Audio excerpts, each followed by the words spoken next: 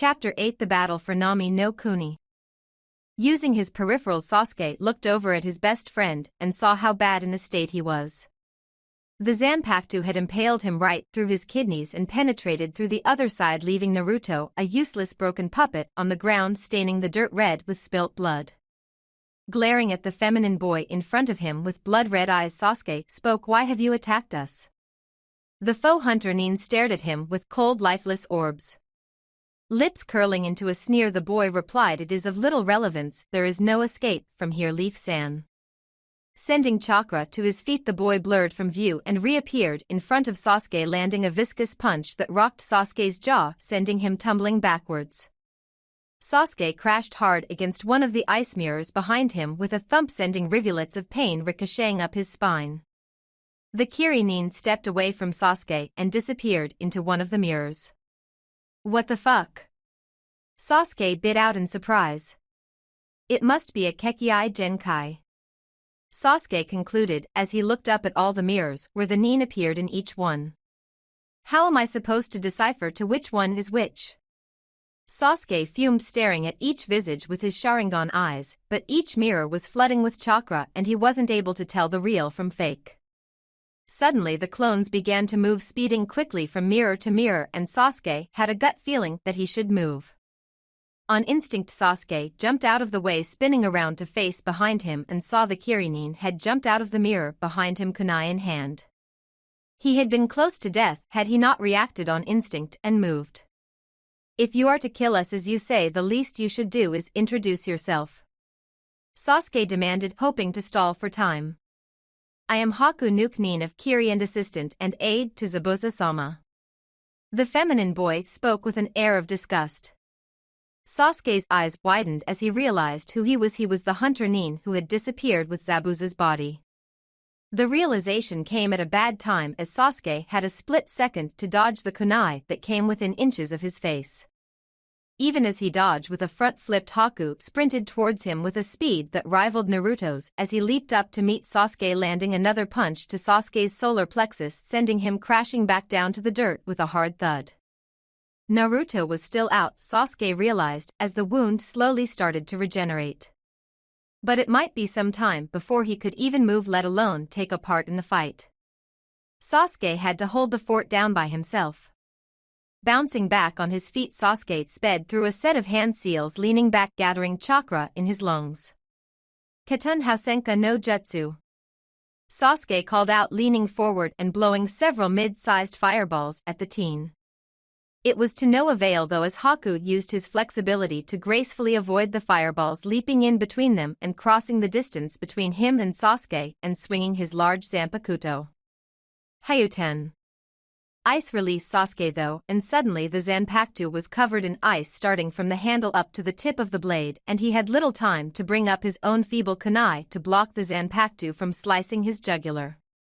There was a resonating clang, and the sheer strength of it sent shivers down Sasuke's arms as he pushed up on the kunai, trying to prevent the blade from cleaving his head. "Give up," Haku growled out, wasting little energy as his foot shot out rapidly and kicked Sasuke in the stomach, sending him flying backwards again.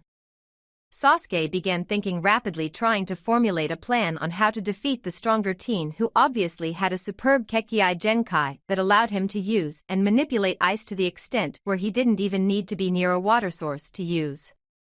Rather than starting a taijutsu battle with the Uchiha, Haku leaped back into the mirrors and began speeding around him at a speed that was nearly impossible for Sasuke's Sharingan to decipher. Suddenly Haku started to leap out of one of the mirrors to launch a storm of sunbon at him, and Sasuke ran through another set of hand seals before yelling out, "Katan Gukakyu no Jutsu." Sasuke blew out a large fireball that nearly encompassed the other side of the ice dome. Haku was too fast though and moved out of the way hastily before going through a set of one-handed hand seals himself. "Hayuton Sensatsu Susho." Haku spat out, gathering up water from the air and the ice dome, condensing it and forming it into 1,000 frozen needles before launching it at Sasuke. Speeding through his own set of hand seals, Sasuke yelled out, "Katan Hukakabe no Jutsu." After calling the jutsu out, he gathered up chakra in his hands and slammed them to the ground, and suddenly a wall of flames shot up from the dirt to deflect the 1,000 needles, melting them away. But he wasn't fast enough, as he dropped his guard temporarily, and Haku used it to his advantage to leap out from on of the mirrors behind him and launch a flurry of Senbon. Sasuke bit back a scream as the Senbon struck home, some digging deep into his legs and some into his back. Tears welled up in his eyes as excruciating pain rocked his body, and he stumbled for a second before falling face first. Looking over at his fallen best friend, Sasuke allowed the tears that were welled in his eyes to fall sliding clumsily down his cheek. Despite how hard he trained, he still had failed. Blood-red eyes reverting back to their normal black, the tears continued to fall. At least Naruto had an excuse. He thought Haku had given him a cheap shot. Me, on the other hand, had fought with everything and still lost.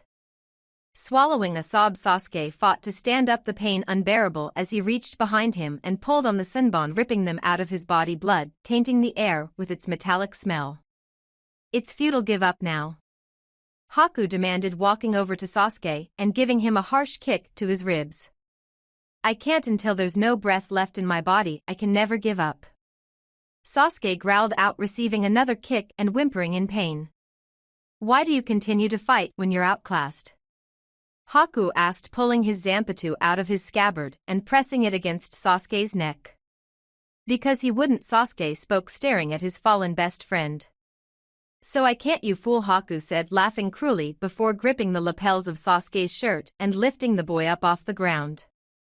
"A fool I am, and until I die I'm not going to stop protecting those who are important to me, even if it means being a fool to my grave," Sasuke replied, coughing slightly as his body was racked with pain from the battle. "What about me? You bastards took my reason for living, the one I swore to protect, and now he's gone," Haku demanded before tossing Sasuke to the floor. "You're weak, too weak to protect your friend, just as I was too weak to protect Zabuza. But fate has given me the chance to rectify that mistake, and the mission Zabuza could not finish I will." Haku bit out angrily before a sandaled foot kicked out and slammed against Sasuke's face, snapping his face backwards. "I will kill that drunken bridge builder and the rest of your team when I'm done." Memories of the times he spent with Naruto and the rest of Team 7 tore into his mind.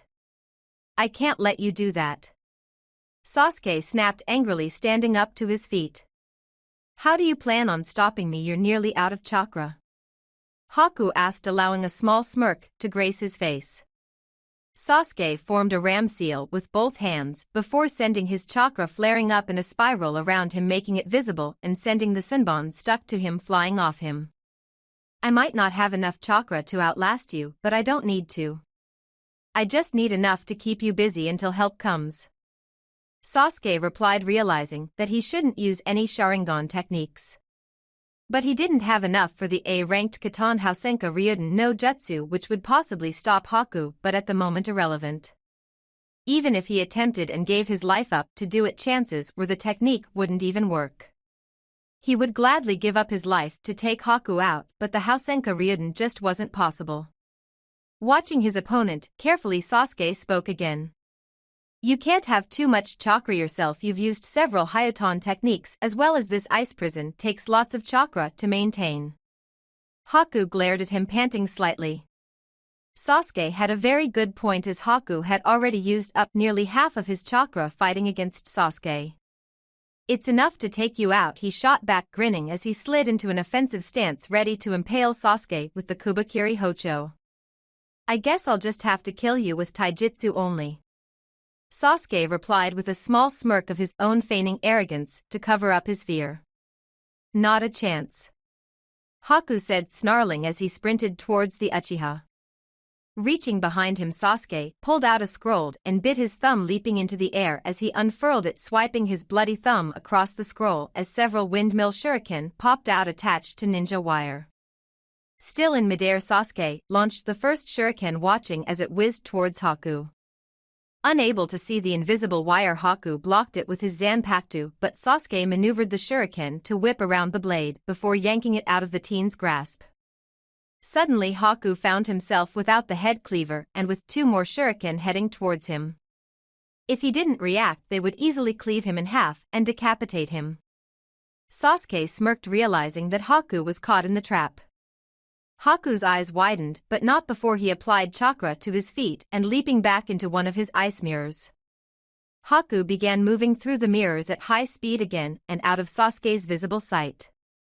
Sasuke closed his eyes and leaped in the air in a graceful backflip, kicking Haku hard across the face as he leapt out of the mirrors, sending the foe hunter Nin crashing to the deck harshly.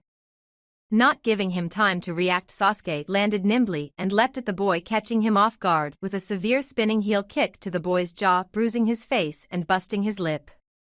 Blood flew from Haku's mouth, and before he could land, Sasuke already spun in the air and landed an overhead punch to the top of Haku's head, snapping his face forward into Sasuke's raised knee.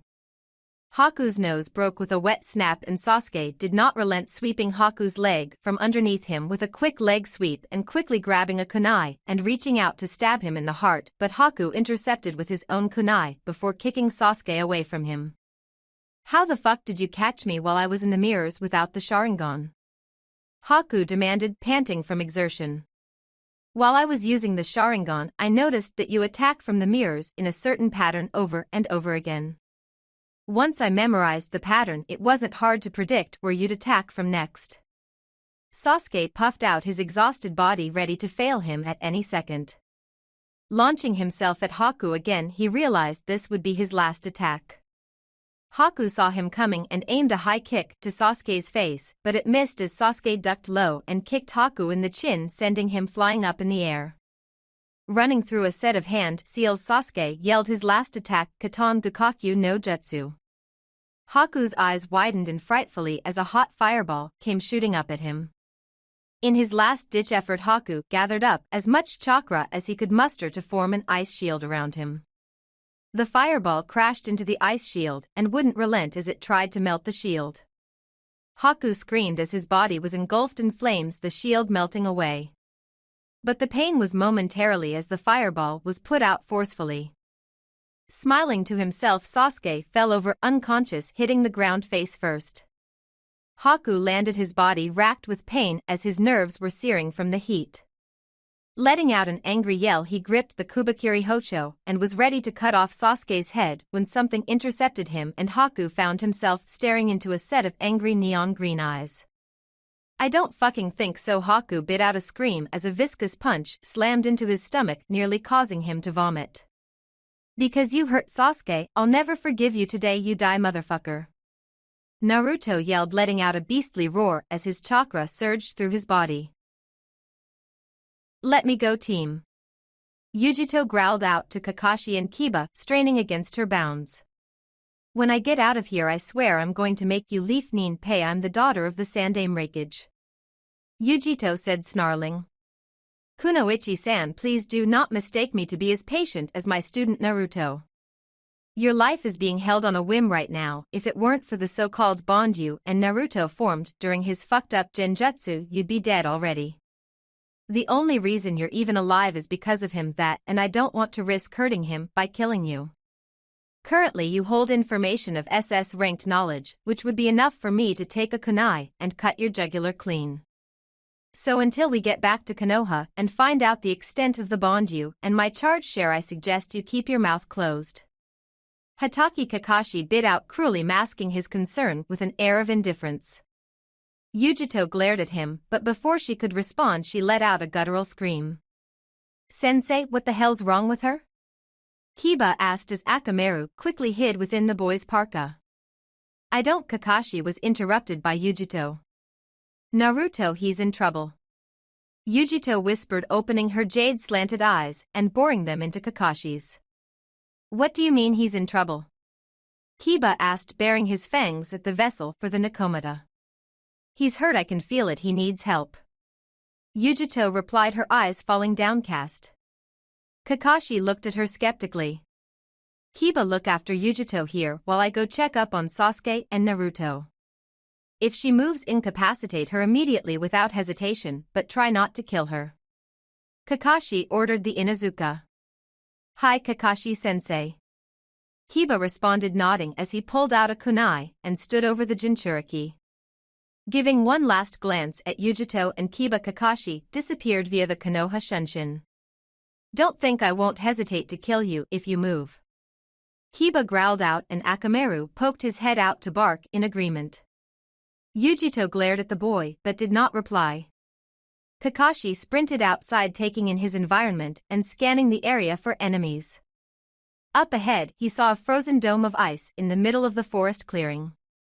Eyebrows furrowed, he started charging forward when two nin jumped out of a puddle, each holding an end of a spiked chain as they ran through Kakashi, slicing him in half. Or so they thought as Kakashi bursted into smoke and revealed a sliced-up log. You must not know who I am. I'm Kakashi of the Sharingan, also known as the Copy Ninja and owner of over 1,000 jutsus. It is unwise for you to attack me. Kakashi called out, masking his concern for his students with an air of bravado to intimidate the two Kiri-nin. We don't care who you are, Kakashi-san. We are Meizu and Gozu, known as the Demon Brothers of the Mist. The first one spoke, which Kakashi assumed was Meizu. You and your genin killed Zabuza-sama and ruined our plans to take Kirigakure over, so for that you have to pay. Gozu shouted, charging in with his partner ready to cleave through Kakashi again. Kakashi leaped out from a set of trees, launching a set of kunai at the duo. The kunai whizzed by their faces, but they easily ducked underneath them and the kunai found themselves buried into the soft dirt.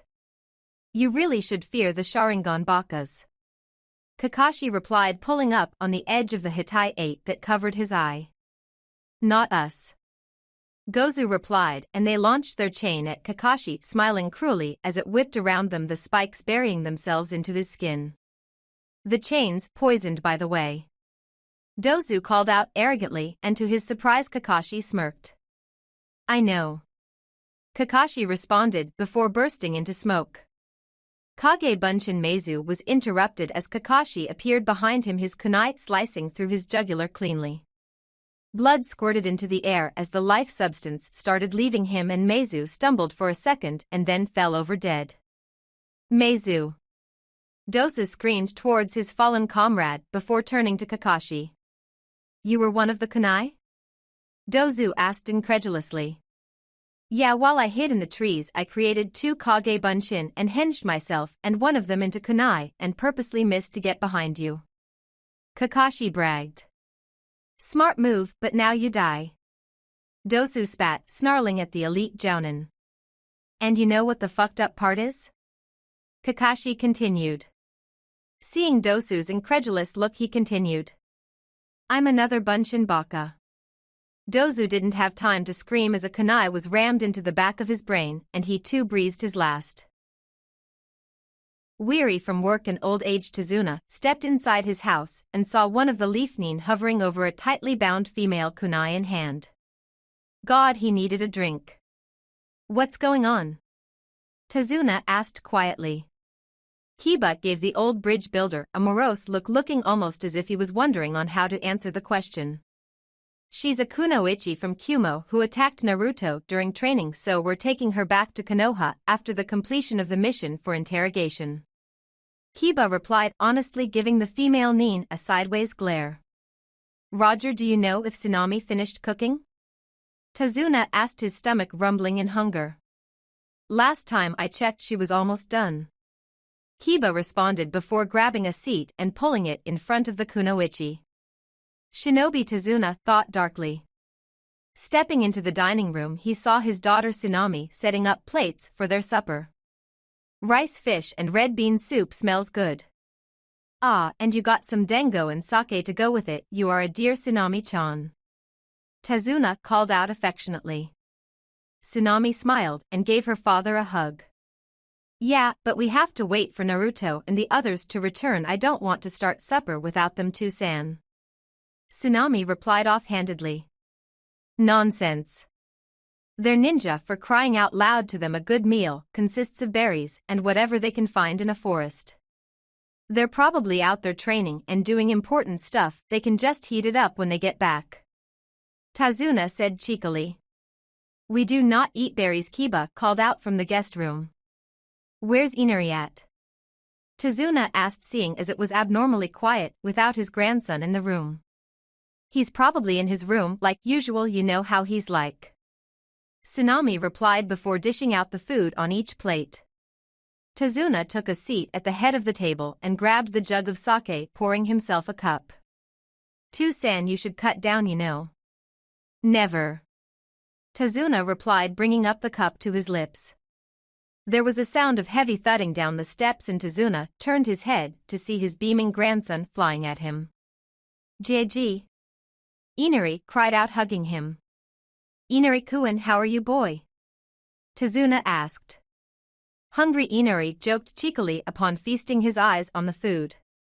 Tazuna smirked, then called out to Kiba-kun, "Come here for some dinner, you can even bring the girl." "Hi, Tazuna-san." Kiba shot back as he grabbed Yujito by the elbow and lifted her up, leading her to the dining room. Kiba sat Yujito down, then sat down next to her, keeping one hand on his kunai in case she did attempt something. "Where is the rest of your team?" Tazuna asked the feral boy. "Meh, they're probably out there training. According to Kunoichi-san over here, Naruto's supposedly in trouble, so I'm stuck on guard duty until they return." Kiba replied before folding his hands together. "Itadakimasu." Kiba said politely, and they began eating. Kakashi stared at the ice prison that most likely held his students inside. Using his Sharingan, he saw how chakra was constantly flowing through the dome, maintaining whatever jutsu inside effective.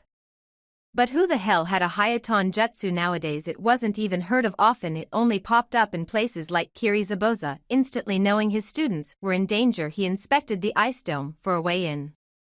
He had to enter by brute force. Running through 3 quick hand seals, he charged up a Raikiri in one hand and launched himself at the ice prison, ready to destroy his way in, but the jutsu fizzled out upon contact. "Kuso!" Kakashi cursed. As he began to formulate a plan, he heard hysterical yelling behind him and saw a small army tearing through the village, precisely on their way to Tazuna's house. He had to intercept them. There was no if and or buts. Tazuna, Tsunami, Kiba, and that Kumo Jinchuriki were there. Looking back at the prison of ice, he hoped to God that Naruto and Sasuke were winning against Zabuza or whatever foe was in there. Haku didn't even have time to recover from the last punch as the blonde genin charged again, launching himself in the air and bringing his fist down in a vicious punch. Using his speed and agility, Haku barely sidestepped in time and swung his own fist out, catching the blonde nin by surprise as Haku's fist slammed into his face, snapping his head back. The boy shrugged it off and ducked another Haku's next blow and rammed his knee into Haku's gut. Then, as Haku doubled over, Naruto grabbed Haku by the back of his overshirt before tossing him into a mirror, sending torrents of pain crashing into Haku's spine. Haku didn't have time to react as Naruto was already in front of him, leg cocked back, before bringing it forward with such speed and force into Haku's face, snapping his head back into the ice prison. Eyes half closed through heavy lids, he dimly noted the soft cool sensation of blood running down the nape of his neck. Tired and beaten into exhaustion, he didn't bother to move even as another kick was aimed at his face, colliding with him with such force and demonic cruelty that Haku's eyes rolled up into the back of his head, his jaw sore and stiff, his teeth ringing incessantly. "For what you did to me and Sasuke, I will kill you," Naruto whispered, his voice calm with a note of finality, letting Haku know that he didn't have a choice or say in the matter. Grasping Haku by the hem of his shirt, he lifted the taller boy as high as he could, staring into his eyes with cold green eyes. "You nearly killed me, and Sasuke, I can't forgive you for that." Naruto growled out before launching Haku across the other side of the room, slamming him into another set of mirrors painfully. Naruto ran through a set of hand seals before unleashing his jutsu. "Keten Hausenka no Jutsu." Naruto cried out before blowing out several small fireballs at Haku. Haku's eyes widened before he turned and leaped into the mirror, smirking to himself as the fireballs bounced off harmlessly. Tired and exhausted, it didn't stop Haku from running around the mirrors in an attempt to confuse Naruto. "Fuck this." Naruto growled out before holding out his hand and focusing chakra to it, forming a small dome of chakra encased around his hand. Applying chakra to his feet, Naruto sprinted at the wall, disappearing in a flash of black and yellow as he ran up the ice mirrors and slammed his chakra-empowered fist into the mirror he thought Haku was in. Seeing as he'd been caught, Haku leaped to the other mirror as the other one crashed, bursting into hundreds of shards. He's strong enough to break my mirrors in a punch, Haku said to himself, before running through the mirrors again and appearing above Naruto ready to stab him in the back when the genin turned around, parrying the kunai with his own and bringing his foot up into Haku's stomach, sending him flying over his head and crashing face first to the floor. Haku stood up, pain racking his body. How? He demanded to the genin, how can you break my mirrors, and how can you even see me to the point where you're tracking me? Haku demanded coldly. There was just no way anyone could see him to that extent when he was using his Kekkei Genkai. Naruto lifted up his hands and formed a ram seal. Kai. He whispered, and his green eyes were no longer green but blood red with two tomes spinning in each eye. I've been using a henge to cover them up. With these eyes I can track all your movements even in the mirrors. And the reason I can break your mirrors is because the mirror you're in is your weakest point in the dome. By reading the chakra, I can see that you have to expend lots of chakra to keep each mirror up, plus there's a shield of chakra constantly protecting the mirrors, but when you land in that mirror it disrupts the shield temporarily, leaving it vulnerable to chakra-based attacks. Naruto lectured sarcastically, only to raise the Kiri-nuke Nin's ire. It's of little consequence you're going to die here, Naruto-san. I can never forgive you for killing Zabuza, Sama. You took away my purpose, so I'll just have to take yours. Haku cried out, pulling his Zanpakuto. Zabuza got what he had coming to him. He tried to kill an innocent bridge builder and a team of genin trying to protect him. All we wanted to do was restore Nami no Kuni to its former glory, and you and your master threatened that. We are shinobi, we do as we must without regrets. Naruto replied, pulling out a kunai and taking an offensive stance. You took my purpose, Haku shot back, his eyes welling up before he could clench them shut. And now I'll take your life too. Naruto replied, disappearing in a black blur before reappearing in front of Haku and avoiding the Zanpakuto with a graceful sidestep. His kunai came up, intent on slicing Haku's throat, but the Hayaton user grabbed Naruto's left arm tightly in a vice grip, holding him in place. It doesn't matter if you do as long as I take yours as well. Haku said, an ugly snarl marring his feminine face. Naruto tried pulling away from the older teen, but Haku's foot shot out and smashed into his stomach, doubling him over. As he pulled up, he noticed Haku going through a set of one-handed hand seals. Hayaton Sensatsu Susho. Haku yelled as the precipitation from the ice formed 1,000 needles above them, ready to impale Naruto. Acting on instinct, he formed the cross seal with one hand. Kage Bunshin no Jutsu. Naruto shouted out as a single clone bursting into existence with a small poof of smoke. The frozen needles came flying down and collided into Naruto. There was another burst of smoke, and Haku realized it was the Kage Bunshin that had been decimated by his attack. Naruto must have used the Kawarimi to substitute himself with it. Turning his head sideways to see him, it was too late as Naruto cocked his fist back and slammed it into Haku's jaw, sending him ricocheting against the mirrors. Sasuke needs help, Naruto thought faithfully as he looked over at his fallen comrade. The longer they spent in the prison of ice, the worse it could be for Sasuke. Leaping backwards away from Haku, he concentrated chakra to the balls of his feet before taking off, fist cocked back, ready to take Haku's head off. Haku's eyes widened, seeing the blonde genin rushing towards him at a speed greater than his own, and did the only thing his brain told him to do. He jumped, lifting off the ground with a boost of chakra, watching as Naruto crashed into the mirror. There was a large explosion as shards of ice imploded upon themselves, spraying the air before dissipating.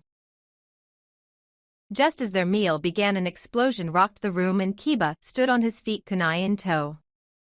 Tsunami and Inari screamed, and Tazuna jumped to his feet, hugging his family, hoping to shield them from attack. Tazuna team, get out here. A voice called out greasily. That's Gato, Tazuna cried out fearfully. No, Gigi, not you too. Inari yelled, locking his arms around his grandfather's leg.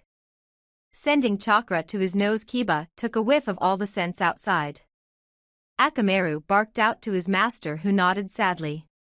There's a small army out there hunting for your blood. Fortunately, they're not strong. Kiba said, turning to Tazuna, whose eyes were wide with fright. How many? Tazuna asked. At least 100 bandits or so. Kiba said, and Tazuna's face fell in dismay. Kiba turned to the kunoichi next to him. Help me with them. Kiba said pleadingly. Ni Yujito gave the genin a glare through slanted eyes. Why the hell should I? Kiba growled and lifted the kunoichi up out of her feet angrily. Because if I die you do too. You think they're going to spare you? What do you think guys like Gata do to tied and bound women? At least by helping it should save you from immediate death when we return to Konohagakure. Kiba shot back, slamming her harshly against the wall. Untie me then. Yujito said flatly. Kiba complied, cutting her bindings and removing all the bomb seals Naruto had laid earlier. He turned his back to her for a second, which gave her enough time to put a kunai to her neck. Don't ever touch me again, dog boy, nor take that tone of voice with me, you fucking upstart. Yujito snapped before pushing the young Inuzuka. Stay here. Kiba addressed the bridge builder and his family. You ready, dog breath? Yujito asked. Rather than argue, he gave the Kumo kunoichi a nod. The two headed outside and saw the incoming army. Kuso. Kiba cursed. While 100 bandits wouldn't be threatening to a seasoned shinobi, to one as inexperienced as Kiba it was a lot. Not to mention he'd never killed a man before, and it looked like he was going to have his cherry popped today. Ninpu beast mimicry. Kiba shouted as his body took more animalistic features. Sending some chakra to Akamaru, the puppy slid out of his parka and formed a picture-perfect clone of him. Yujito was going through a transformation of her own as demonic chakra flooded her tenketsus. Crouched on all fours, a shroud of blue flames surrounded her, adding more to her cat-like appearance. Kiba watched in amazement as a single tail of chakra bursted from her rear end, swishing about. What happened next was anarchic pandemonium as the two nin partook in violence unheard of in Nami no Kuni. The three rushed in, Kiba and Akamaru spinning in midair, utilizing Gatsuga, colliding into the army, scattering the enemy, and striking down a few bandits. Yujito charged at them as well, launching balls of fire, indiscriminately burning through them, killing several of them instantly before leaping into a crowd of them and slashing through throats. Akamaru took hold of one bandit and bit into his throat, ripping his trachea, uncharacteristically blood and flesh seeping from his mouth. Ignoring his stomach and focusing on the task at hand, Kiba ran through a set of hand seals before yelling out Futon Renkuden. Kiba finished blowing out a small condensed ball of chakra at his attackers. Had they been ninja, it might have been easy to avoid if not survive the attacks, but they were not, and they began to fall quite easily. Futon de Tapa no Jutsu. Kiba yelled, and another 10 bandits were destroyed as wind tore into them, cutting into their clothes before killing them.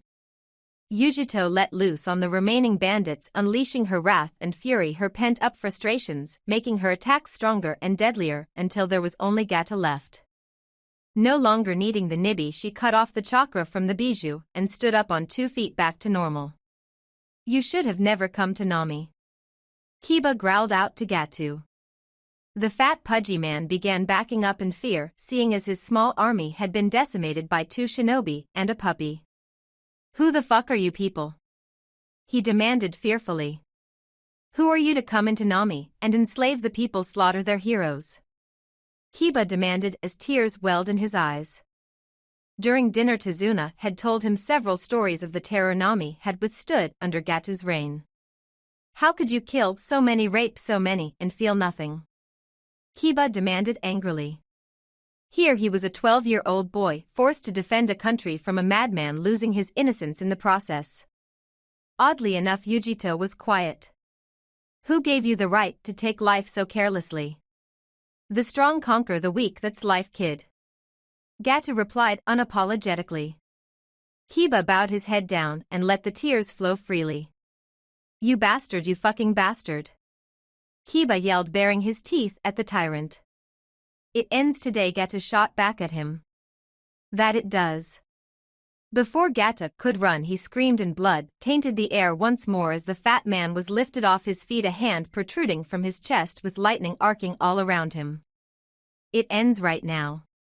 Kakashi spoke regretfully, his single visible eye closed in sorrow. Gata closed his eyes and breathed his last, and the lightning dissipated. Nami was finally free. The prison of ice was destroyed and Haku stumbled to the ground. Naruto formed another shadow clone and spoke softly, "Get him to Tezuna's," he commanded before looking at the fallen teen. The shadow clone grabbed Sasuke's fallen body and hoisted him on his shoulder before taking off. Haku stood on his feet shakily before launching himself at Naruto carelessly.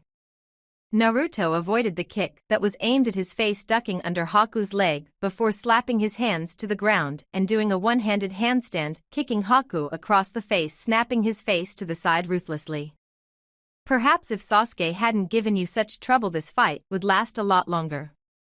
But it didn't turn out the way you expected, and this fight will end soon, seeing as you're out of chakra and I got some to burn. Naruto spoke, landing gracefully before landing a vicious uppercut. It doesn't matter. I don't care if I die. Haku shot back, spitting up blood as he talked. You took the only thing in life that meant anything to me.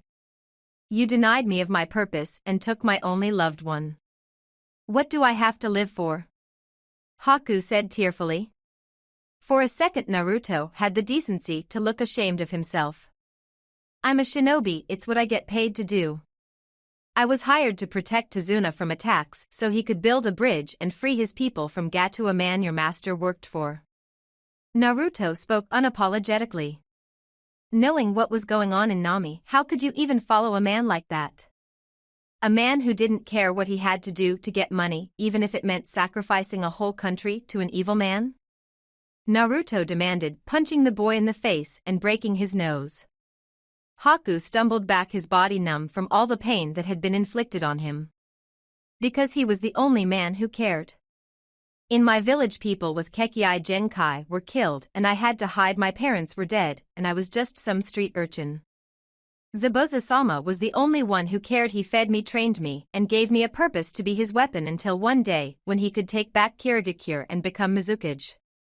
Haku explained, tears falling from his face. I understand your pain, you know. Naruto replied, his own eyes welling up in empathy. All I've known is pain and loneliness all my life. I'm a shinobi to an ungrateful village, a village that hated me all my life for something I had no control over. And for the longest, all I wanted to do was become Hokage so I could protect them from the very hurt that they delivered to me, but they shattered my dreams. Despite that my father was a Hokage himself, despite every tear I've cried, I've always been alone until I met Sasuke, the very friend you hurt. So while I understand your pain, know this: I will never forgive for hurting my best friend Sasuke. Sasuke was just protecting me, the only person who ever really cared and never failed me. All he ever wanted to do was free this village. I'm the one who killed Zabuza, yet you found it necessary to nearly kill him, and for that reason only you'll die. Had you not attacked him, I would have spared you, but you did, and now it's too late for you. Naruto finished taking off after the Kirinin. Haku felt the cool splash of tears hit his face and closed his eyes, accepting death. Memories tore into him. Flashbacks of Zabuza taking care of him reminded him of his purpose, and he opened his eyes, grabbing his Zanpakuto and swinging at the younger blonde. Naruto saw it coming and didn't care, jumping on top of the Kubakiri Hocho, his leg cocked back and then colliding into Haku's neck, sending them both falling sideways. Going through hand seals so fast not even Haku could see, he leaned back and blew a fireball at Haku, who used his remaining strength to form one last prison in front of him to encase himself in. Naruto leaped backwards and began thinking of what to do.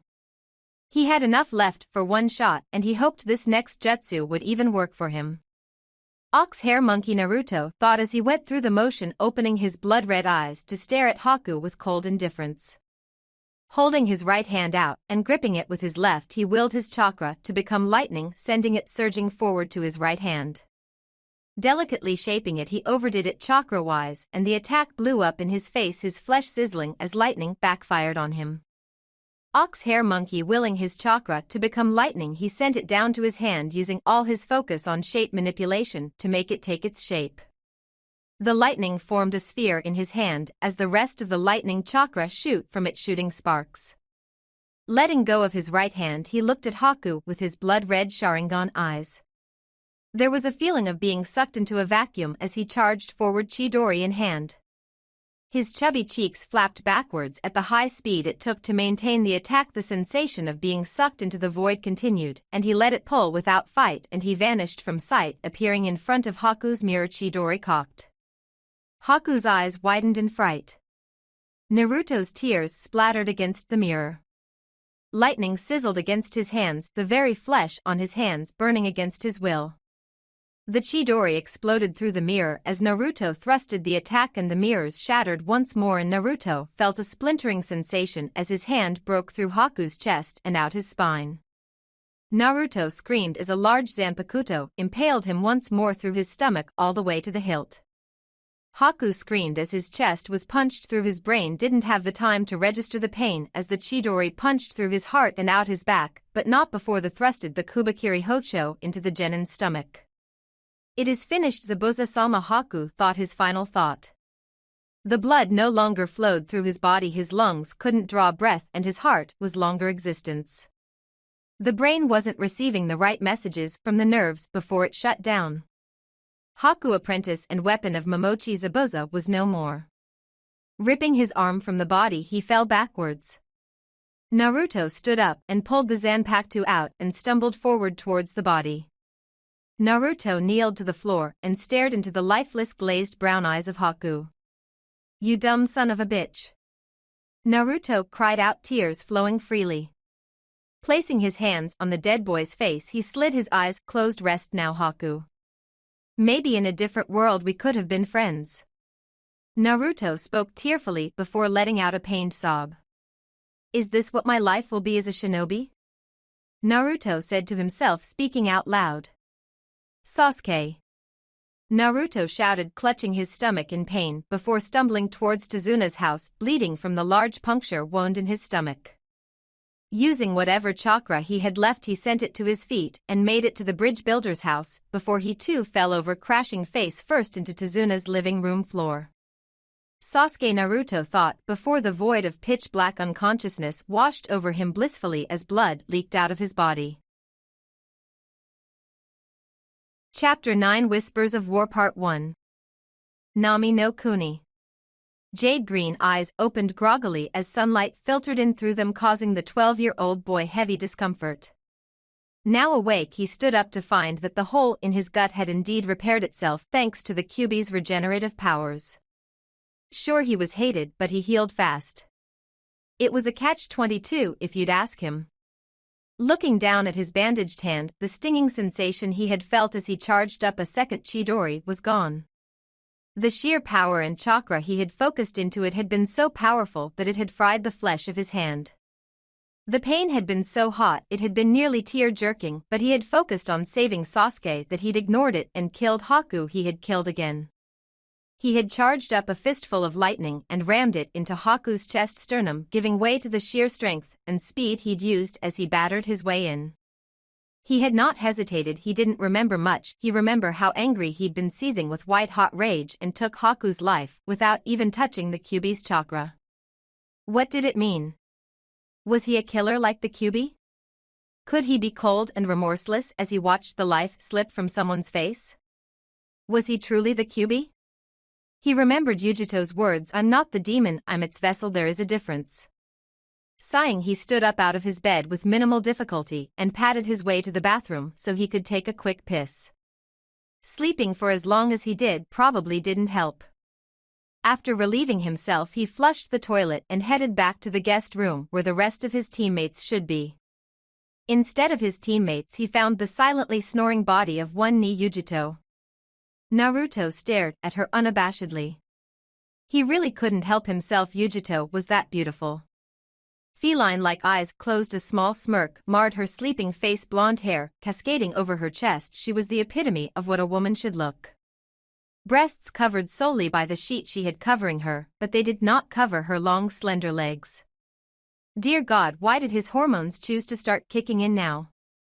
A soft musky smell tainted his nose for a second and blood began to flow to areas he didn't want to begin to wrap his 12-year-old mind around. I should kill you for being such a perv, Yujito stated calmly, musing him out of his thoughts. Naruto's mouth opened and closed in a comical fish-like imitation. I wasn't being perverted.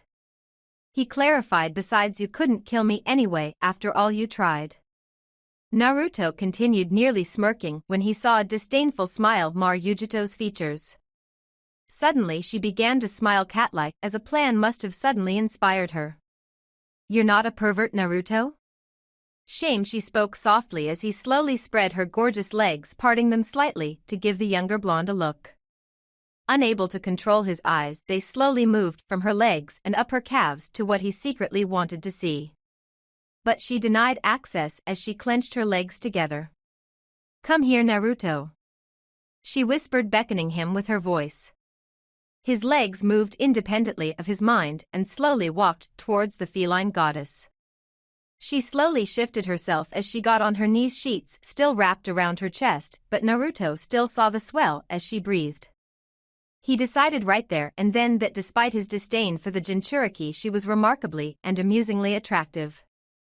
Fuck attractive, she was gorgeous, she was hot, she embodied what sexy should be. He liked her body, he did not like the hook that came afterwards when he was within kissing distance of her.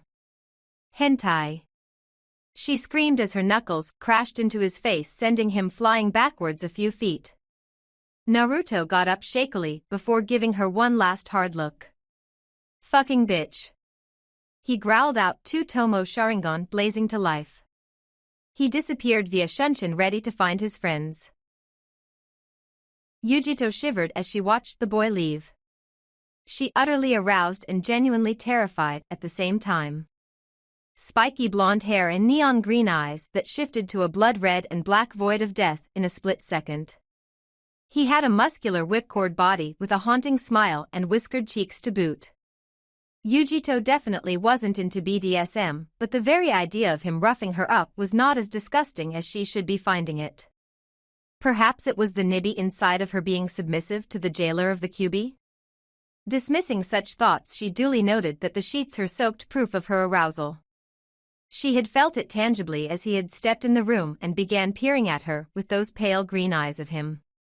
Despite the fact that she had been asleep, her heart pace began quickening and her womanhood searing in heat. The bond that connected to him flustered her like an unseen chakra string connecting the two where she was on the receiving end. She had felt his curiosity, his arousal at the sight of her when she had tempted him with a small peek, and his subsequent shutdown and dismissal of her.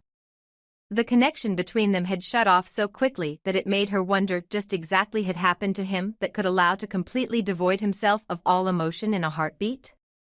But then again, she already knew his Tsukuyumi had revealed that much to her, even if it had been briefly. She had seen much of his childhood.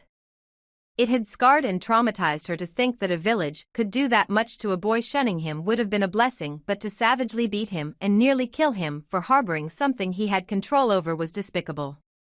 The worst part was that right now her possible return to Kumogakure was bleak. Not only was she connected to the blonde Jinchuriki, but now she had several S-ranked secrets that were enough to assassinate her over. She knew that he was a Jinchuriki of the Kyuubi and son of the Kiroi Senku. The Yondaime Hokage, a man who'd been feared all around the Great Five Nations, had fathered the poor orphan. He had been legendary, marked with a flea-on-sight order from the Reikage as well as the Tsuchikage due to his deadly Hiraishin. What the fuck had she gotten herself into? Hachikira will be pissed, she mused before lying back in bed and letting her eyes close as sleep claimed her once again. Jiraiya looked over at the aging Sandaime and offered him the sake saucer. Hey you old geezer, are you sure you want me to be the Godame? Jiraiya asked his sensei, who was sitting comfortably on his chair puffing away at a pipe. For the last fucking time, Jiraiya-kun, you will be the Godame. No one else is better suited for the job, not even Hitaki-san. Sarutobi Hiruzen replied sharply. Ever since he announced that Jiraiya would be taking his place, his perverted student had been annoying him repeatedly to pick another successor. I'm just saying it's kinda hard to follow up after you and Minato the Kami no Shinobi and the Konoha no Kiroisenko. What about that old fart Danzo? Jiraiya replied jokingly, much to his sensei's ire. That old coot, as if I would never help him become Hokage. I'd rather give the position to Orochimaru.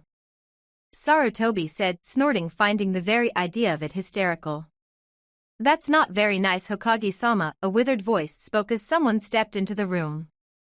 Jiraiya turned to see who had stepped in and his eyes got wide as saucers. Speak of the devil. Jiraiya replied, laughing mirthfully. The old warhawk known as Danzo stepped into the room, cane in hand, as he hobbled towards the Sandame and future Godame. What do you want, Danzo? Sarutobi bit off, not ready to deal with his old rival. I would like for you to reconsider the nomination for Godame and give it to someone more qualified, someone like myself whose interests are to solely benefit the village rather than one's own pleasure. Danzo growled out, one eye glaring at Jiraiya.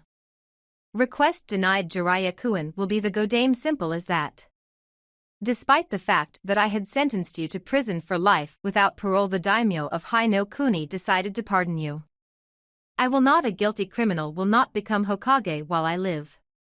How dare you come into my office demanding to become Hokage after all you've done, you piece of shit. Danzo did not have the shame to look abashed. We both know you will not live for much longer, Sarutobi-san. Under my thumb the village will prosper, while under Jiraiya it will burn. Mark my words, if I don't become Hokage, are you threatening the village? Sarutobi snarled, leaping out of his seat and shedding his Hokage robes in an instant. No, merely stating a fact. The village will not prosper properly under the rule of such perverted swine. Danzo repeated, and Jiraiya blushed as he tried to keep himself level-headed. Konoha under the rule of a pervert will be infinitely better than under the rule of a murderous, backstabbing low-life as you. Jiraiya snapped. What would be the point of replacing one fossil with another? Sarutobi-sensei, I now know what you mean by me being the most qualified. I accept the position of Godame as well as custodial rights to one Uzumaki Naruto. He is to live with me as well as train under my tutelage and become Rokodame. Jiraiya finished. Sarutobi smiled, but Danzo didn't. Instead, he slammed his cane on the ground. A Jinchuriki becoming Hokage? Preposterous. Over my dead body, I will not allow that. Danzo roared, but Jiraiya smiled. In case you forgot, you are irrelevant, insignificant, and you have neither power nor rule in Konoha. The boy is a clan head as well as son of the Yondaime Hokage, hero to this village, unlike some one-eyed crippled bastard I know, and if need be I'll make sure you're dead to allow Uzumaki Naruto to become Hokage. Jiraiya warned him. Are you threatening me? Danzo demanded. Jiraiya's arm shot out and his hands clasped around the bastard's throat. Lifting him up in the air effortlessly, he began squeezing. Let me tell you something, I'm not sensei. I will kill you if you get out of line with me. Uzumaki is my godson, son of my student, not your personal scapegoat or weapon for you to use. You fuck with him, you fuck with me, or by God, I will end you. Am I understood? Jiraiya demanded before tossing the limp body across the room, much to Sarutobi's amusement. Yes, Hokage-sama. Danzo grumbled before grabbing his cane and hobbling out of the room. As of now, Jiraiya-kun, you are officially Godame Hokage. Prepare for the introduction of your position to the village tomorrow at noon.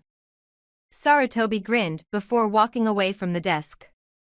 Don't worry, you'll be a great Hokage, Sarutobi muttered before disappearing from the room and releasing the genjutsu on the stack of paperwork he had specifically saved for Jiraiya.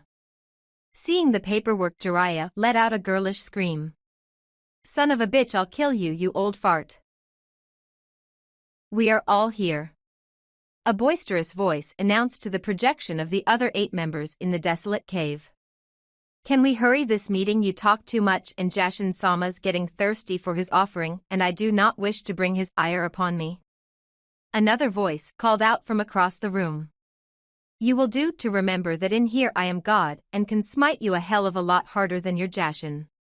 The first voice replied slowly with a hint of annoyance as well as amusement. Atheist, you unbeliever, I rebuke you in the name of Jashin. Haiden, enough. Let the meeting continue so leader can dismiss us and we can continue on with our bounty. Another voice interjected, and the one called Haydn let out a pitiful whine. I don't want money Kakuzu, I want to bring glory to the name of Jashin motherfucker. Leader can suck a fat religious dick for all I care. Haydn snapped, his projection suddenly began to shimmer as the leader began to strangle his real body. Shut up, Haydn. Leader barked, then looked over at the other 7 members.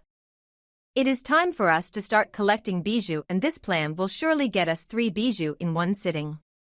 As you know, the Kyuubi captured the Nibi vessel, and from what Zetsu tells us they seem to be nearly inseparable and won't be separating soon.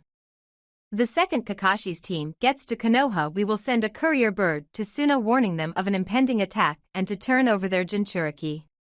We all know how proud their yondaime is, and he'd rather fight than run, but he'll ask for help from his fellow allies, the Leaf Village. Konoha will most likely send their most powerful teams to help, as well as the Nibi to Suna for backup, and will strike and capture 3 vessels as one. The leader finished. How do you know they'll send the Jinchuriki?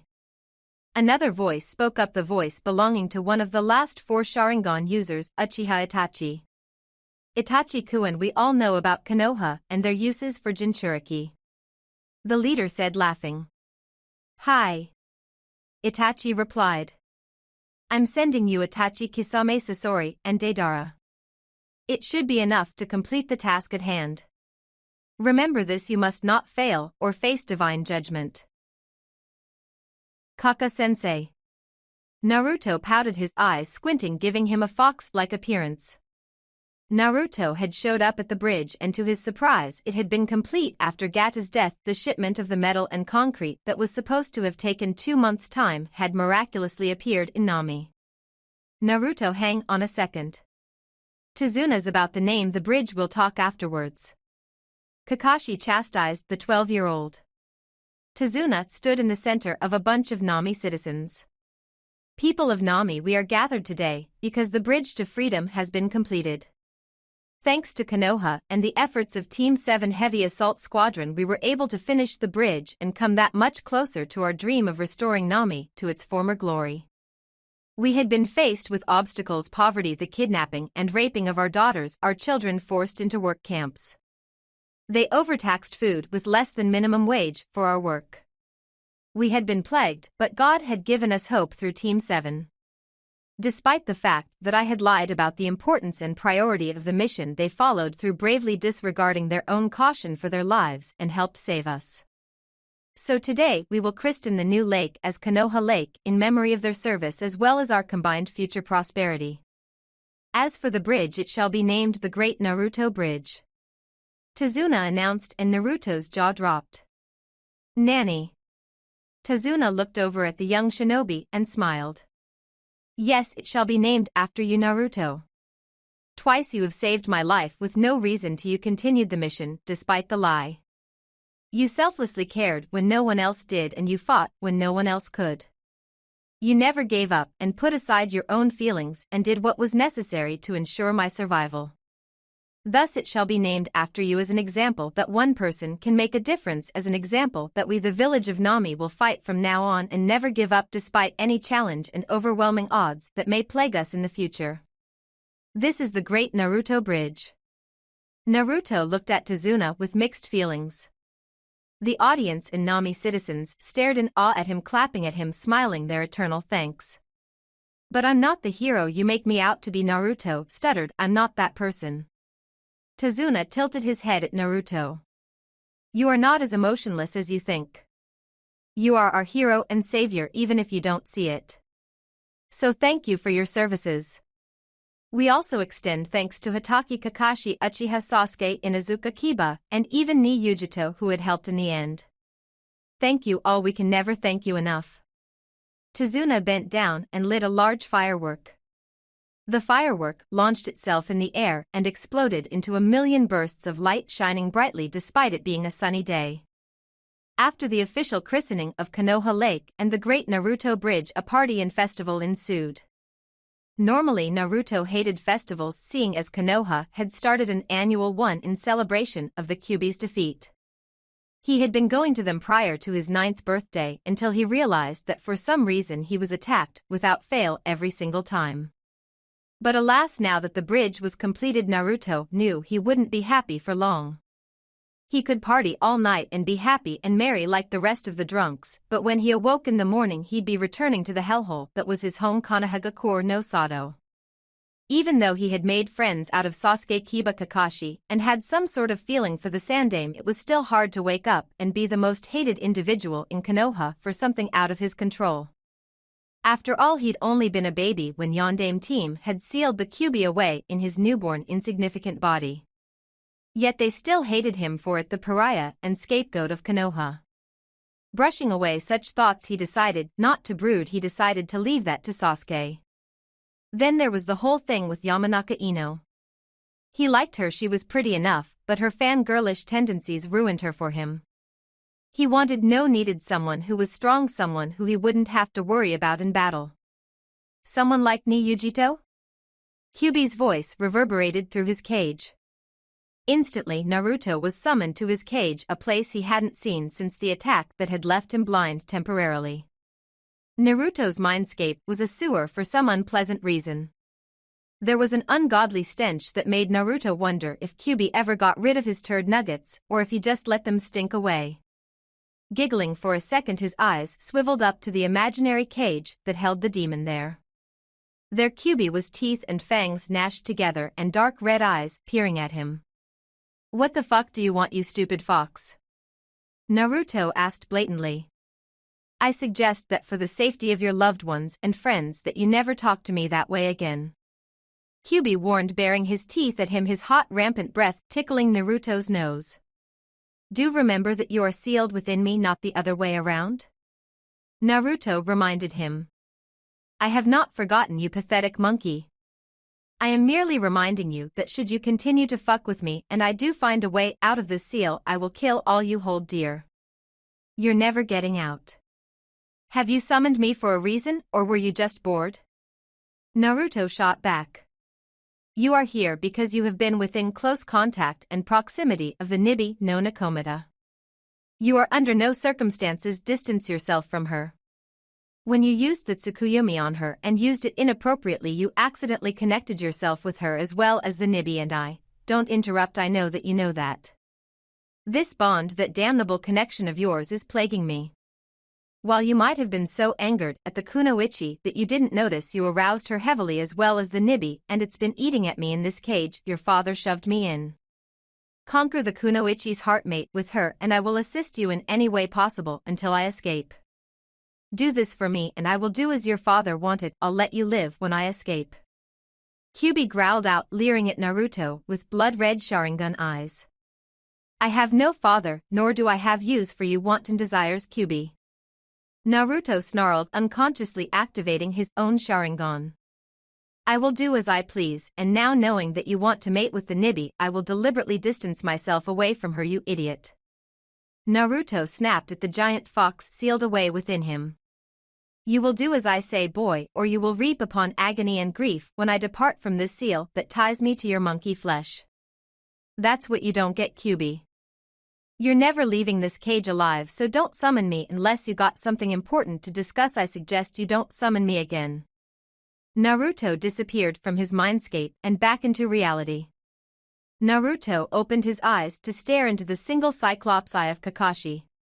The said eye was frowning in concern, and despite the fact that it should be the least of his worries, he wondered how Kakashi did that. "Are you all right, Naruto?" Kakashi asked. Naruto tilted his head to the side before laughing sheepishly. "Nanny? Yeah, I'm all right, I just spaced out for a bit, Kaka-sensei." Naruto replied, evenly feigning ignorance. Kakashi gave him an odd look but chose not to pursue. Fate did not smile kindly upon Kagaya Kimimaro. He was the last of his clan and now the last of his group. The Kagaya clan was all but extinct, having been wiped from the face of the earth by Kiri's shinobi.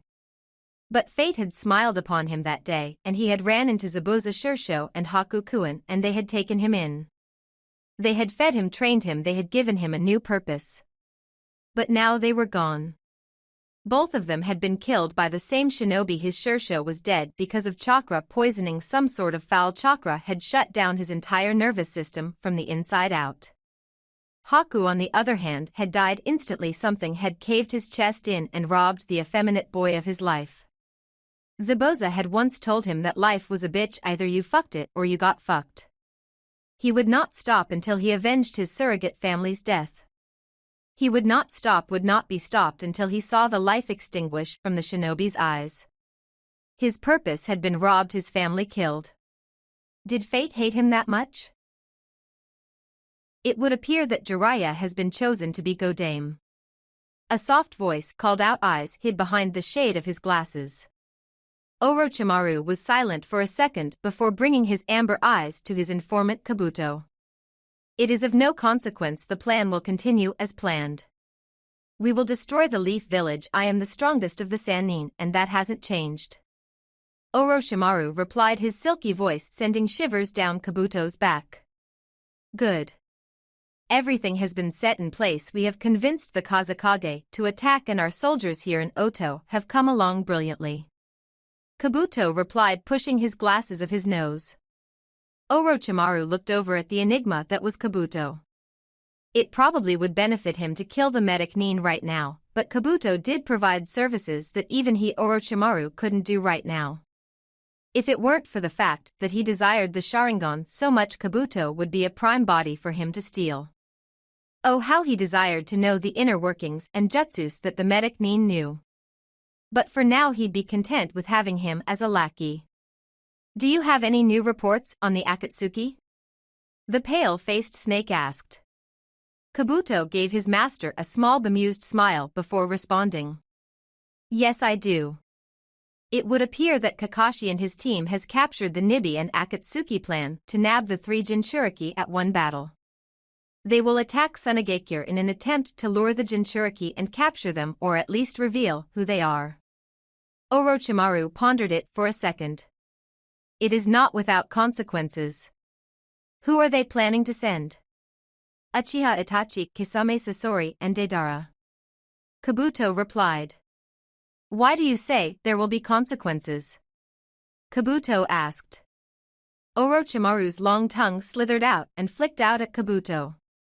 Think about it.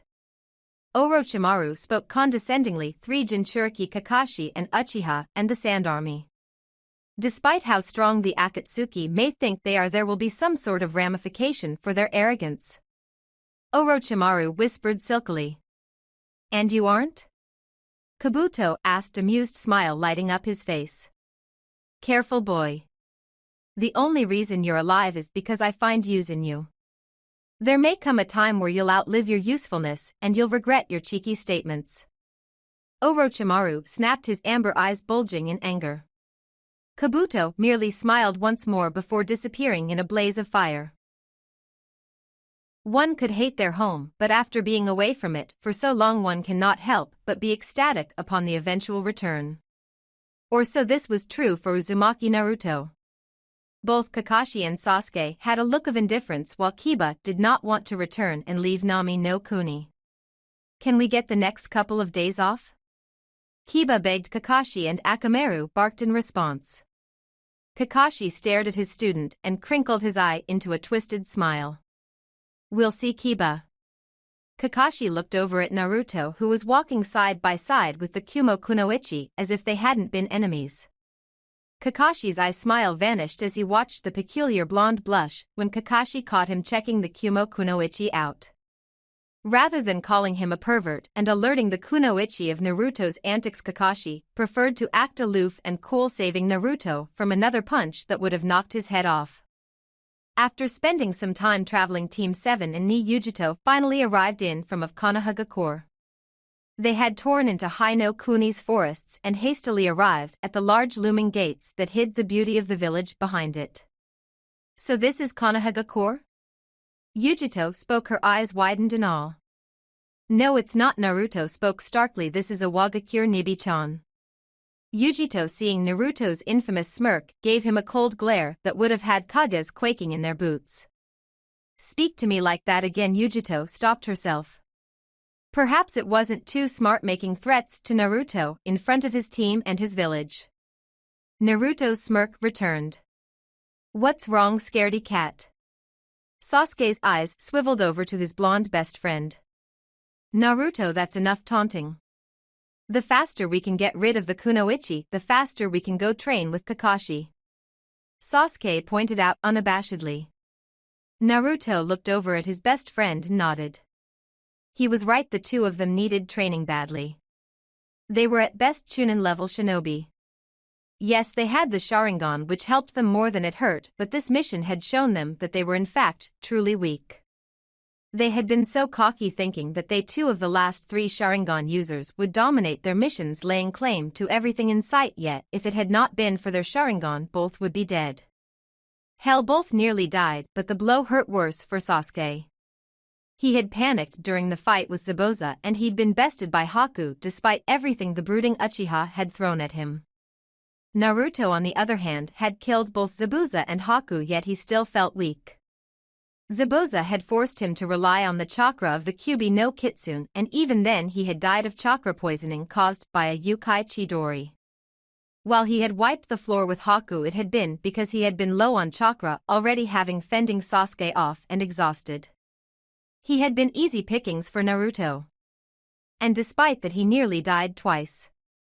Haku had impaled him twice on the Zanpakuto. Even when he had breathed his last, he had managed to work towards his purpose. If it hadn't been the Kyuubi sealed away in his gut, he would not have lived. If it wasn't for his Sharingan, he would not have defeated Yujito nor Haku. Truly, he felt weak. The gates to Konoha opened up, and Izumo and Kotetsu, the Chunin best friends, were there to greet them.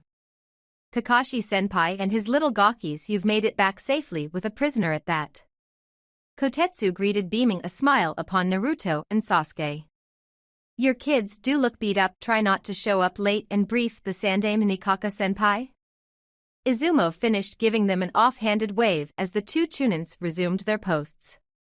Let's go and see the Sandaime. Kakashi spoke before crinkling his eye into another creepy smile. He swiveled his eye and looked at Yujito, warning her not to try nothing stupid before they were to meet the Sandaime. Yujito grunted unladylike, and the 5 shinobi headed downtown before finishing their trek as they saw the Hokage's tower. The 5 of them entered the tower and saw Irika handing out missions. Naruto-kun.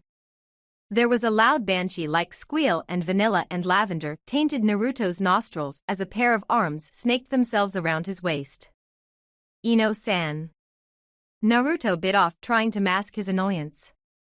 How was your mission? She replied chattily, her anxious enthusiasm annoying Naruto even more. Tiring, I really don't want to talk about right now, Ino.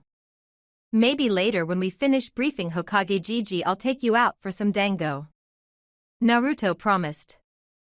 Ino caught on to his annoyance, and disappointment marred her face. Naruto turned around to face her and instantly berated himself for being such a douche. Her brows were furrowed in thought, and a sad frown was etched on her thin, pretty face. Don't worry about it, Naruto-kun. She turned to leave, but Naruto gripped her arm gently. Hang on, Ino-chan. Naruto spoke so softly Ino nearly thought she imagined him calling her Ino-chan. Naruto wrapped his arms around her waist and pulled her flush against him, the scent of vanilla and lavender getting a rise out of him. Pressing his lips to her forehead, he spoke, sorry for being such a dirtbag, Ino. I'm just so distraught after everything that happened on this mission that I took it out on you when I shouldn't have. I promise as soon as we brief the old geezer, I'll take you out and make it up to you. He offered, giving her a genuine smile. She deserved that much. A smile lit up her pretty features, and suddenly she noticed the Kumo kunoichi. She was about to open her mouth to say something but chose not to. Giving Naruto a quick peck on his lips, she turned back to her team, bouncing away happily. Ah, kitty love. Yujito snipped at him, giving him a sideways glance through her feline-like eyes. You almost sound jealous, bitch. Oh wait, that'd be Kiba's mother, so I guess you're just a stupid jealous pussy. Meow, Naruto shot back. Mark my words, so this must be the Jinchuriki you were talking about, Kakashi. A loud voice interrupted her. At the doorway stood a peculiar-looking man dressed in black ninja pants with the shins tapered by bandages, a black long-sleeved shirt with an old-school Jounin flak vest over it. That, and he was wearing the Hokage robe sans the hat. A long mane of spiky white hair adorned his head, muddy brown eyes with red lines drawn under the eyes leading towards his jaw. Why is this tard dressed in Gigi's clothes? Naruto asked Kakashi, who bowed his head in shame. Naruto, this is the Godame Hokage of Konoha, Jiraiya, the great toad sage. Kakashi responded. Naruto's eyes widened. Sarutobi had been replaced by this big oaf. They must be running low on candidates to replace Gigi with the biggest hentai known to man. Isn't that right, Ero-sama? Naruto asked quizzically, tilting his head to the side as he got a good look at the known author of the Ika Ika series. Jiraiya took one hard long look at his godson. Stand at attention when you're talking to me. Jiraiya barked at the blonde, who upon reflex snapped to attention. Team 7 and Yujito did as well. Jiraiya cast them a look before responding, not you guys, just this particular blonde sea monkey. Jiraiya stood up to full height before glaring down upon Naruto. I'm not sure what kind of management and impersonal relationship you might have had with the old goat, but that doesn't fly with me. You will learn to respect me. You will call me Hokage-sama, or I will throw you in the brig for treason. Jiraiya threatened, leaking some killer intent enough to even cause Irika to tremble on the other side of the room. Am I clear? Naruto lowered his green eyes to the floor before turning them up to stare at Jiraiya, his eyes no longer green but blood-red with a two-tomo Sharingan, gazing peculiarly at the Hokage. Give me your worst, Ero-sama. Naruto replied coolly and levelly. Not bad, kid, you got balls for sure. Just like your Hokage-sama, we are here to turn in our reports from last mission. Kakashi interrupted before Jiraiya could finish. Jiraiya gave Kakashi a hard gaze before beckoning them to his office. Kakashi reported everything that had happened in the last mission, including the whole bond Naruto and Yujito had formed. Jiraiya, once hearing of how the bond even became created, berated Naruto for having used a jutsu he didn't have absolute control of. Ni Yujito, now that you know several of our S-ranked secrets as well as this connection with Naruto, there is no possible way to allow you to waltz back to Kumo. I need you to contact the Requiem and schedule a meeting between us to make sure we bring you over to Konoha. Jiraiya spoke. Seeing how I am a valuable Jinchuriki of Kumo, I think it will be impossible to convince them. But I will do as you ask, Hokage-sama. Yujito finished. Why don't we keep her and use her as our weapon along with Naruto-kun? A soft, cold voice interrupted the Hokage. Arm in a sling and bandages covering up most of his face, Danzo walked in, hobbling along with his cane. Naruto looked at the old warhawk and immediately the two tomos formed a three-sided pinwheel. He had unconsciously activated his Manjikyu Sharingan. Moving too fast to be stopped, Naruto ducked under Kakashi's arm to lay a vicious kick to Danzo's chest, bowling the old man over and sending him crashing into a wall. Just exactly why is he alive? Naruto demanded, his voice livid and seething. Chapter 10 Revelations Whispers of War PT2. Danzo's one eye stared into the blazing three-sided pinwheel of Naruto's Manjikyu Sharingan, and he instantly closed his eyes out of reflex. He had not forgotten his previous encounter with Naruto's Tsukuyomi and was not ready to face it again. He groaned as he forced his weary bone and muscles to force themselves back to his feet. I don't believe that was necessary, Naruto-kun. Danzo spoke, his voice gravelly and dangerous. A kunai slid down Naruto's sleeve and into his open hand, and he clenched it tightly, ready to ram it in Danzo's throat if he proved to be dangerous. Naruto, calm down. Jiraiya's voice boomed loudly, and Naruto immediately slid the kunai back up into his sleeve and gave the Godame a wary look. With all due respect, Danzo hired some umbu to gouge out my eyes when I was 9. Forgive me if I'm a bit wary of the old bastard. Naruto spoke as levelly as he could. Despite the anger that was boiling deep within his gut, despite the fact that the Kyuubi was demanding Danzo's head on a plate, Naruto calmed down. I understand, Naruto. Here's the situation though: the daimyo of Hai no Kuni released Danzo back into society. Apparently this shinobi relic has some political connect and ties that if lost could hinder Konoha's powerhouse abilities. So in order to prevent that, he released Danzo and pardoned him for his crimes. Jiraiya explained. You're telling me that he gets pardoned for staging the massacre of the Uchiha clan, hires his nagoons to gouge out my eyes, and because he sucked a lot of dick and has connects it's okay? Naruto growled out, his voice raising a timbre as his whiskers darkened and his eyes turned dark blue with black slits. Uchiha Sasuke was not faring any better, his fist clenched in anger, his Manjikyu variant blazing to life. Here was the man responsible for the deaths of his parents, his entire clan, and Itachi's betrayal. He tried to keep his killer intent under control, but his chakra spiked, surging around him in a blaze of blue. Sasuke. Kakashi snapped at him, but Sasuke ignored him. Sasuke looked at Danzo and gave him a lopsided grin. You will pay for the blood that stains your hands. Even if the daimyo pardons you, Danzo, neither I nor the Uchiha you murdered will ever, and you will pay in this life or the next. Sasuke spoke. You will do to remember that you too could die just as well as your clan did, Sasuke. Danzo warned, his tone biting and stinging. There was a silent pause, a relapse in time almost as the room got eerily quiet. They stood there in disbelief that Danzo could go that far in front of the very Hokage. Danzo screamed and blood tainted the air, splashing coolly against Sasuke's face. There was a small shallow cut on Danzo's neck opposite of where the jugular was. Even Naruto hadn't seen Sasuke move. You will do well to remember that just as easily as you ordered Itachi to murder the clan, I could easily kill you, maim you and what's left of your family. I've done my research. You have a granddaughter, Hitomi, right? I wonder if she'd like a big fat Uchiha dick in her mouth? I wouldn't. Then I couldn't hear her scream, and with that Sasuke vanished in a swirl of blue as if he'd never been there at all. I advise you take heed to the warning, Danzo-chan. We're best friends and we do everything together. Naruto growled out, leaking some yukai in the process. Uzumaki, perhaps you will do better in explaining to Sasuke that I am no one to be trifled with. You should know from first-hand experience. Danzo retorted, allowing a cruel smirk to light up his face. Naruto returned the smirk. Perhaps. I wonder if Hitomi-chan's a squealer. It's no fun unless they squeal. Or what about your daughter? Would she still be pretty if I shoved a Chidori down her throat?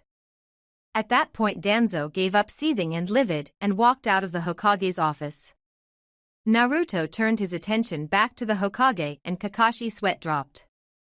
Naruto, don't you think that maybe it was a bit excessive? Kakashi asked. No. Naruto clipped out. Jiraiya took a long hard look at the boy his student fathered. Besides their looks, they were nothing alike. Minato would not resort to cheap, vile tactics to harm another. Naruto, you and Kiba are dismissed. Take the next week off and don't let me hear about you coming near Hitomi. I'll strip you of your rank and throw you immediately into the brig. Are we understood? Jiraiya asked. No. We're not. Perhaps it might be easy for you to make orders from behind your cushy office, Ero Sanin, but from my perspective it's not easy to follow them. I'll stay away from Danzo and his family for now, but I will have my revenge when I'm strong enough, and no one will stop me, not even you, Hokage-sama. Naruto shot back and stormed off, disappearing in a crackle of lightning. God, that kid's going to be real trouble.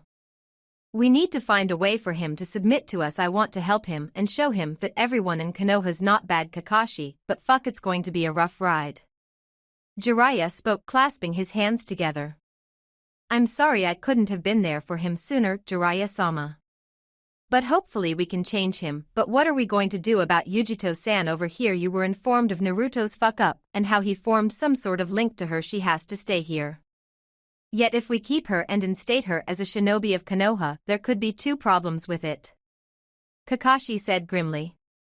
What problems? Jiraiya asked. First, Kumo might retaliate and start a war, and we don't really want that with the Chunin exams coming up. Second is that if Konoha's populace is revealed that Yujito here is the vessel for the Nibi, they might treat her like Naruto, but unlike Naruto she was not raised here and would have no problem destroying the village in the Nibi's wake. Kakashi replied though Yujito interjected before Jiraiya could speak. I'm not as emotionally unstable as Naruto, so I won't attack the populace unless directly attacked. 2. Why even inform them about it? We should just keep it quiet. 3. I'm not going to be used as some weapon for people like Danzo. Yujito snarled, looking over at where Danzo had stood and leaking some killer intent. I saw Naruto's memories, and because of it I want to kill him myself, but I will not deny Naruto that pleasure. Yujito finished closing her eyes and hoping that Jiraiya wouldn't kill her for her outburst. That sounds reasonable. I will make a decree that anyone revealing the fact that Yujito is a Jinchuriki to anyone that doesn't already know is grounds for immediate execution by the Godame. Jiraiya declared in a large booming voice. Kiba nodded and Akamaru whined pitifully, though to say that Kiba wasn't quaking in his boots would have been false. As for Kumo, they have been previously warned. When the Shodai so retardedly handed out the bijou to the other nations, there was a decree that if the village used any of their bijous in an unprovoked attack against Konoha and they were captured, Konoha could confiscate their bijou and not return it. They attacked and now we're keeping her. Jiraiya ran through a set of hand seals before slamming his hand on his desk. Kuchios no Jutsu. You summoned me, Jiraiya? A small voice squeaked out, and once the smoke cleared there was a small yellow and blue toad sitting on Jiraiya's desk. Yes, I did, Gamarado. I have a favor to request. Jiraiya spoke to it, pulling out a box of Pocky from one of the drawers.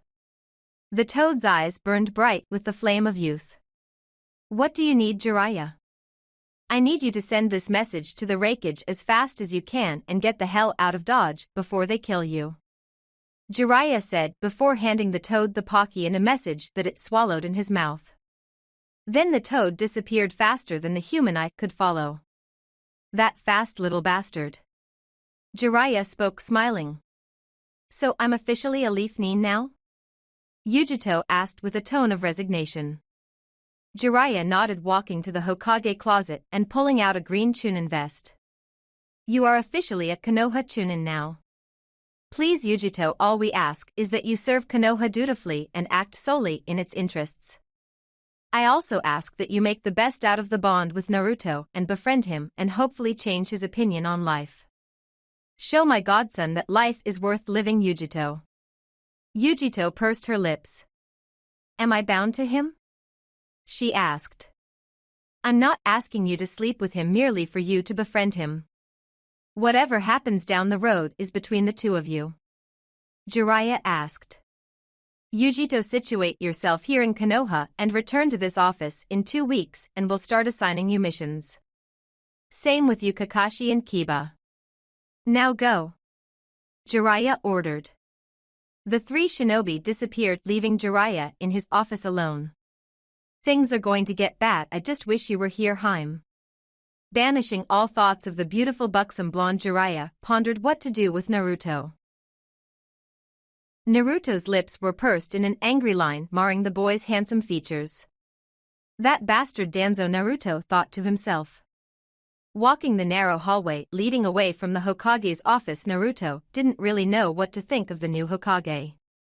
Jiraiya, the perverted buffoon, had made Hokage. Perhaps they just gave the title out nowadays to any unqualified jackass. Ino was waiting for him at the end, dressed in her usual violet setup. Hey Naruto-kun. She spoke, an easygoing smile on her face. Covering up his emotions for the sake of the fragile girl, Naruto forced his lips to curve in a wide smile. Ino-chan, you look sexy, any?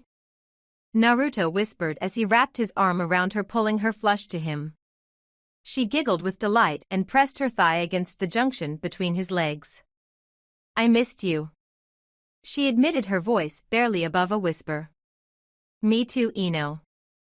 I thought I was going to die and never see you again. Naruto confessed before capturing her lips with his own and giving her a chaste kiss. Let's get some food. I'm tired of eating all the berries and fruit we ate on the way up. I could use a bit of ramen. Naruto offered before sliding his arm around her neck and walking away, missing the very jealous look Nijito shot them.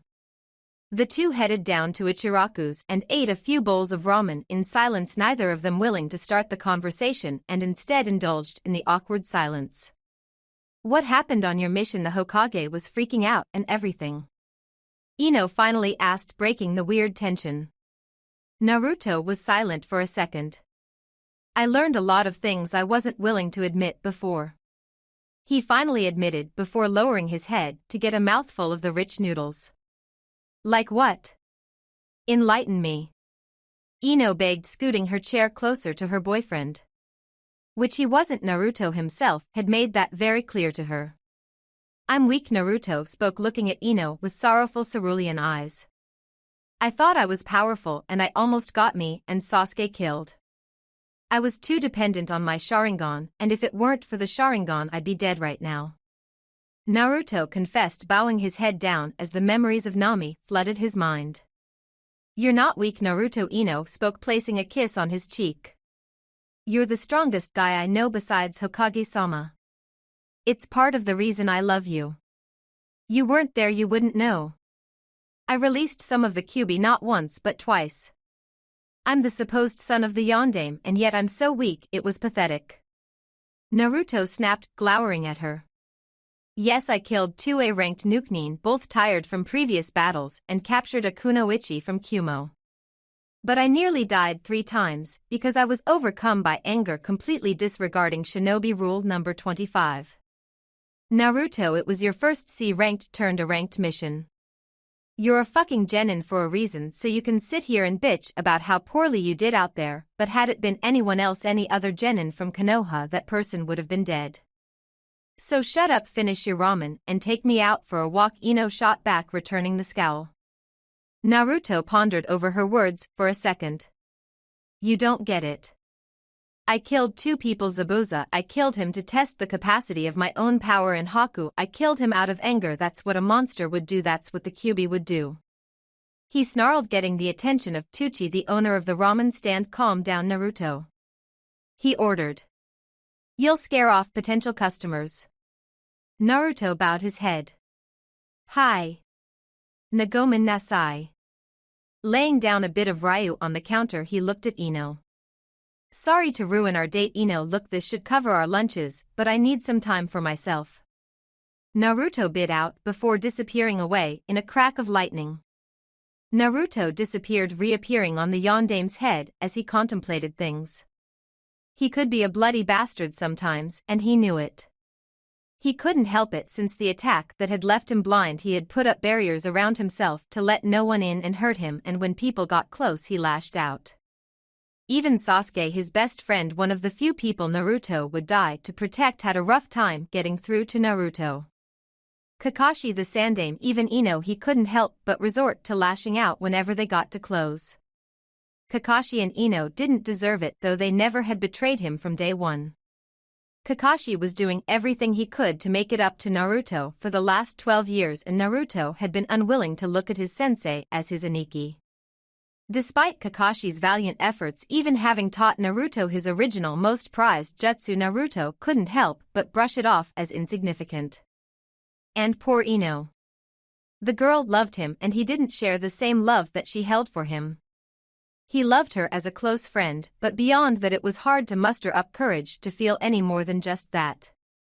She was attractive enough, hell, she was the hottest girl he knew, even hotter than Yujito, and she fought valiantly to win his heart over, but to Naruto her affections were nothing more than fangirlish feelings, seemingly there 1 second and gone the next.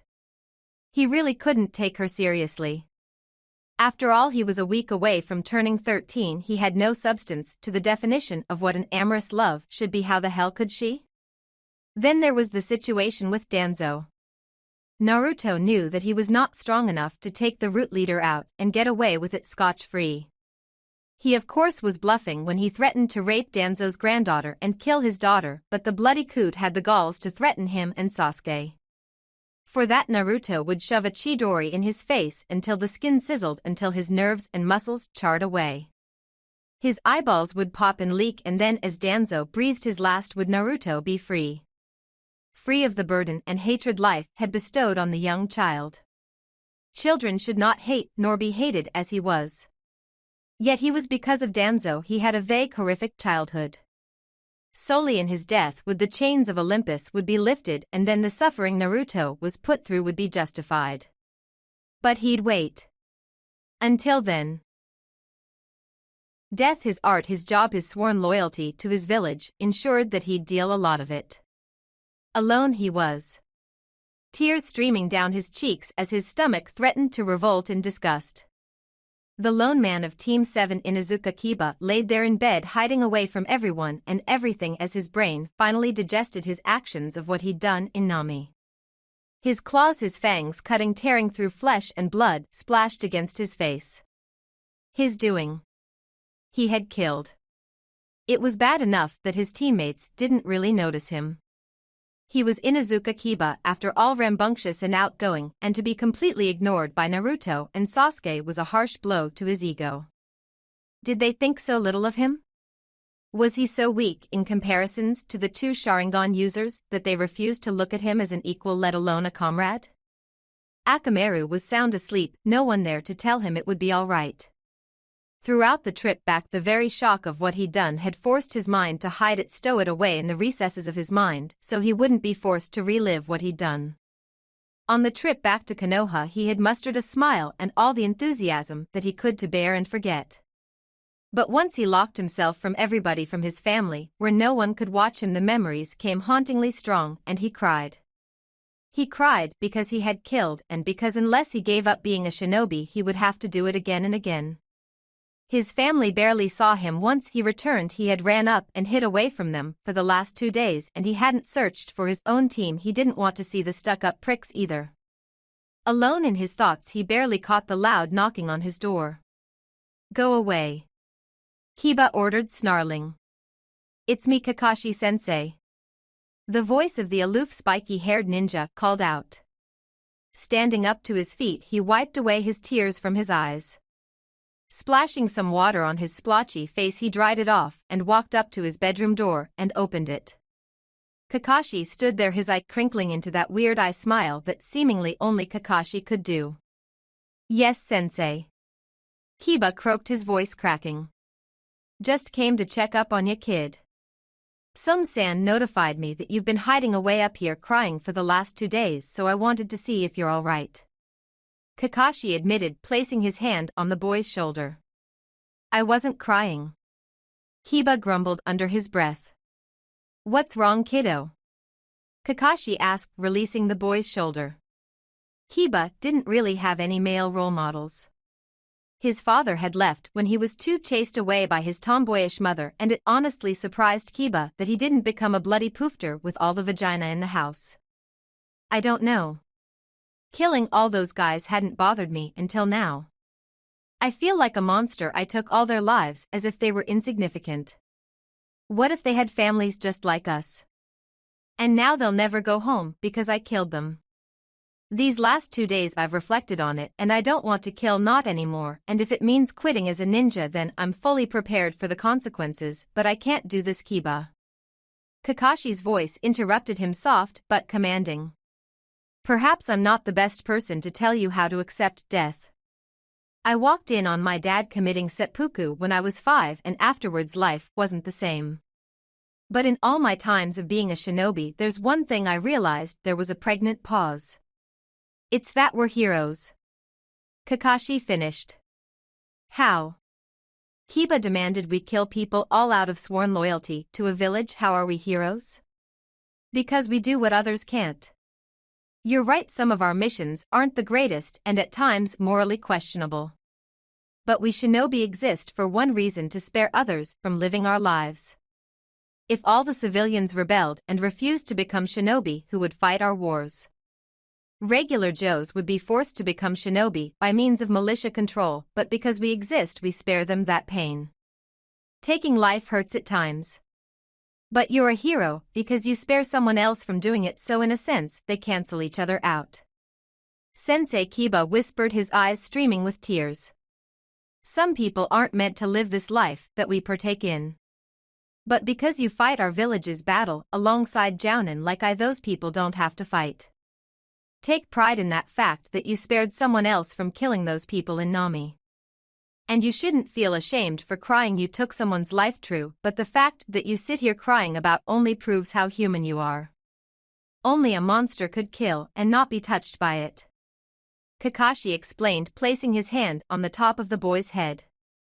So I'm not a monster. I don't want to become someone like Naruto or Sasuke. Kiba admitted. They aren't monsters. They're the product of the village's misguided hatred. Naruto was hated by all because he was the only thing they could blame for the Kyuubi's attack, and in that hatred Naruto's become what he is now. But even then he hurts, he cries, he feels. Kiba. Naruto is far from a monster. He's just an angsty that never had the chance to be a child. While you played with your dogs, he was treated like one. Sasuke, on the other hand, he had to watch his entire family massacred by his older brother only to find out that a faction in his very own village ordered the execution, so he naturally distrusts the village as a whole despite the fact that he defends it with utmost care. Kakashi said. They're both stuck-up assholes. Kiba shot back, and Kakashi ruffled his hair in an irritating manner. Kiba, how many times have you sought them out and tried to be friendly without insulting them? Perhaps they view you as the asshole. Kakashi spoke softly, lost in his own thoughts. Just remember this, you're a hero, Kiba-kun, never let anyone tell you different. Kakashi reminded him before releasing the boy and heading out of the room. Thank you, sensei. Kiba whispered after the man left. Thank you. Rock Lee took off in a burst of speed, flying across the earth faster than anyone could see, seemingly vanishing in a cloud of dirt and an explosion of chakra. A few Iwa Nin had attacked them on the way back to the village, and Team 4 struggled against them. The group was using some sort of Doton defense shield that made their flesh rock hard. Tenten's weapons were ineffective, and the long-ranged user could only beat the troops back with her bow staff. Niji was having the fight of his life as well. Byakugan, he scanned the enemies for a weak side to their defense and found none, not to mention his Juken was completely ineffective, unable to penetrate the rock-hard defense to shut down their chakra systems. Kurenai was parrying against their commander, but even her strongest genjutsu were barely phasing him. Fuck, she swore, we just might have to retreat. Kurenai yelled, attempting to warn her comrades. You're not going anywhere, little lady. You and that other girl will watch the other two buffoons die, and then we're gonna put those mouths to good use. The leader Takanawa Izumi shot back before placing a well-timed kick to her sternum, nearly cracking it with sheer force. Not while I'm alive. Lee yelled, reappearing in front of Izumi in midair before his foot was encompassed in a blaze of chakra, thoroughly decapitating the Iwa commander. Not stopping there, he spun around and rushed towards Tenten, leaping in the air and bringing his fist down on the next Iwa shinobi, caving a hole in their skull.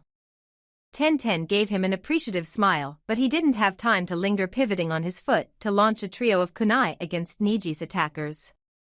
They bounced off harmlessly, but it was just a ruse to momentarily distract them as sprinted towards Niji, pushing him away from the katana that was about to skewer him. Clasping the sides of the blade between his hands, his foot shot out and slammed into the nin's knee, snapping his leg with Lee's renowned strength, disrupting his rock shield for a split second, enough time for Lee to bury a kunai in the attacker's forehead. The attacker's comrade was about to move when Lee leaped in the air and gave him a spinning heel kick to his neck, snapping it with ease. It went downhill for the Iwa Nin after that. After the battle, they laid out on the grass with Kurenai standing watch as they tried to recoup and recover. Niji was silent and stoic, though more than usual. Thank you for your help, Lee. Tenten said before reaching over and giving the black-clad shinobi a kiss on his cheek. It was nothing. I'd gladly lay my life down to protect all of you, even you, my rival Hyuga Niji. Rock Lee spoke with such conviction it touched the seasoned veteran Yuhi Kurenai. Lee, don't ever listen to anyone if they say you're worthless and unfit to be a ninja. If it weren't for you, we'd all be dead right now. You saved us all from death and things worse than it. Kurenai said, giving the 14-year-old genin a small smile. Any insults to my personal self are discarded and only motivate me to train that much harder, sensei. Had it not been for you being a superb Jounin sensei, I would not be where I'm at. Instead of thanking me, thank yourself for being our sensei and push me to become better. Lee said, returning the smile before losing himself in his own thoughts. Thank you, Lee, you truly are a magnificent ninja as well as a great student. She was cut off by an irate Niji. It's about time he picked his fair share of the load. Since we've been on the team, he's been nothing but useless emotional baggage. Even 10-10 weak as she is, a hell of a lot more useful than he is. Before Kurenai could open up her mouth to defend him, Lee beat her to him. I'd rather be a slave to my emotions than a slave to fate, ni Niji-kun? Lee asked, brushing aside the pang in his chest. I did start off as a weak, useless shinobi. One with no aptitude for ninjutsu or genjutsu, but I said slave to my emotions, trained fervently to become as strong as I could while encouraging my teammates and sensei to better themselves. You said slave to fate, have always had talent and a powerful bloodline to aid you while discouraging your teammates with harsh words. Stronger you might be, Niji-kun, but I am better than you, and even if my way is harder and harsh, I will endure it just to prove that I truly am better than you in any way. Fate has already revealed its cards, Lee-kun. I am the strongest genin in Konoha, and no matter how hard you train, fate does not bend to your whims. Niji shot back scathingly. Perhaps, but sleep tonight knowing this. If it weren't for me, Rock Lee, fate would not have spared you. You'd be nothing more than a rotting eyeless corpse. Sleep tight, Niji. Rock Lee replied calmly before laying back and succumbing to the darkness. 995, 996. 997, 998. 999, 1000. Sakura stood up to her feet, her body soaked with sweat as she finished her round of push-ups. Her biceps and triceps were sore as hell, but she could feel the definitions of muscle hidden veiled behind her flesh. Her legs were sore from running and squats.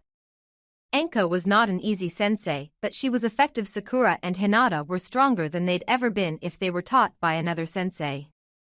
Sadly, the scandalously clad Jounin was rubbing off on them more than they felt was comfortable. Hinata was more outgoing and had a mouth on her as well. No longer the pushover than Hayashi had come to know. Hayashi now reinstated her as clan head, once realizing her true worth. Sakura could tell her still developing teenage mind corrupted as she thought perverted thoughts that she had never thought before of Sasuke. Brushing off the thoughts, she walked up to her sensei. An odd question had been lingering in her mind during training and wanted out. Enko-sensei, I had a question. Sakura stated, nearly backing up as Enko's eyebrows rose in annoyance. That was never a good thing. What do you want, Sakura-chan? Enko said, causing Sakura to bristle. Why do you train to become stronger? Enko pondered it for a second before her eyes narrowed, causing Sakura to get nervous. To prove my worth. Once a long time ago, I was the apprentice to a rogue Sannin. He was everything to me, but he discarded me as trash, claiming I wasn't strong enough. So I trained to prove my worth to him and this village. I don't regret what I've done, but when it's all said and done, I want to look him in the eye and make him regret tossing me aside. I don't ever want to join him in his perversion of the ninja world again, but I want him to know that I could have helped him had he not discarded me. Because of my apprenticeship, this village holds a grudge on me, like your friend Naruto. So I also train to make them realize, just like he, that I'm of worth. That the things I've did were out of my control, that like Naruto, I had no fault. So I'll become stronger until I am acknowledged. Enko finished. But Naruto was guilty. He killed my father. Sakura snapped, instantly regretting it. In self-defense. If you walked in on your father about to kill your mother for no reason and it was her life or his, who would you pick? If you do nothing, your mother dies. If you do, your father dies. Could you pick to let your mother die? Naruto went through the same. Your father tried to kill him because he too, like many of these ignorant villagers, view him as something he had no control over, and it came down to Naruto's life or your father's. It had nothing to do with you. Taking her sensei's words to heart, Sakura walked away from the training no longer burning with the unquenchable hatred that burned for her to kill Uzumaki Naruto. Stepping into her and her mother's flat, she called out, "Afternoon, Ka-chan." Taking off her shinobi sandals and brushing them aside, she tiptoed to the kitchen to see if her mother was cooking. Her mother was in the kitchen cooking dango. "Afternoon, Sakura-chan." Her mother waved politely. "How was training?" she asked, walking up to her daughter to give her a hug. Usually I busted my ass out there training, and sensei gave me an important lesson on getting stronger." Sakura responded, flexing her sore arms. "And what was that?" Haruno Megumi asked, crossing her arms. She particularly did not like Sakura's sensei almost as much as that demon boy that took her husband from her. That power gained from revenge is meaningless. For one to be strong, one has to train to better oneself and to have a positive goal. She also told me that training to kill Naruto-san is pointless because in a sense he's innocent. Sakura whispered, already knowing how her mom would take that. "Innocent? There's nothing innocent about that thing. He took your father from us, he nearly Otusan tried to kill him, Ka-chan," Sakura pointed out. "He should have been dead from birth." Megumi shouted, her lips pursed in a tight line. "Just what did he do to deserve death from birth?" Sakura asked, but her mother ignored her. "Sakura, listen to me. Forget what your sensei said. Naruto must die by your hands, nothing more, nothing less." Megumi shouted.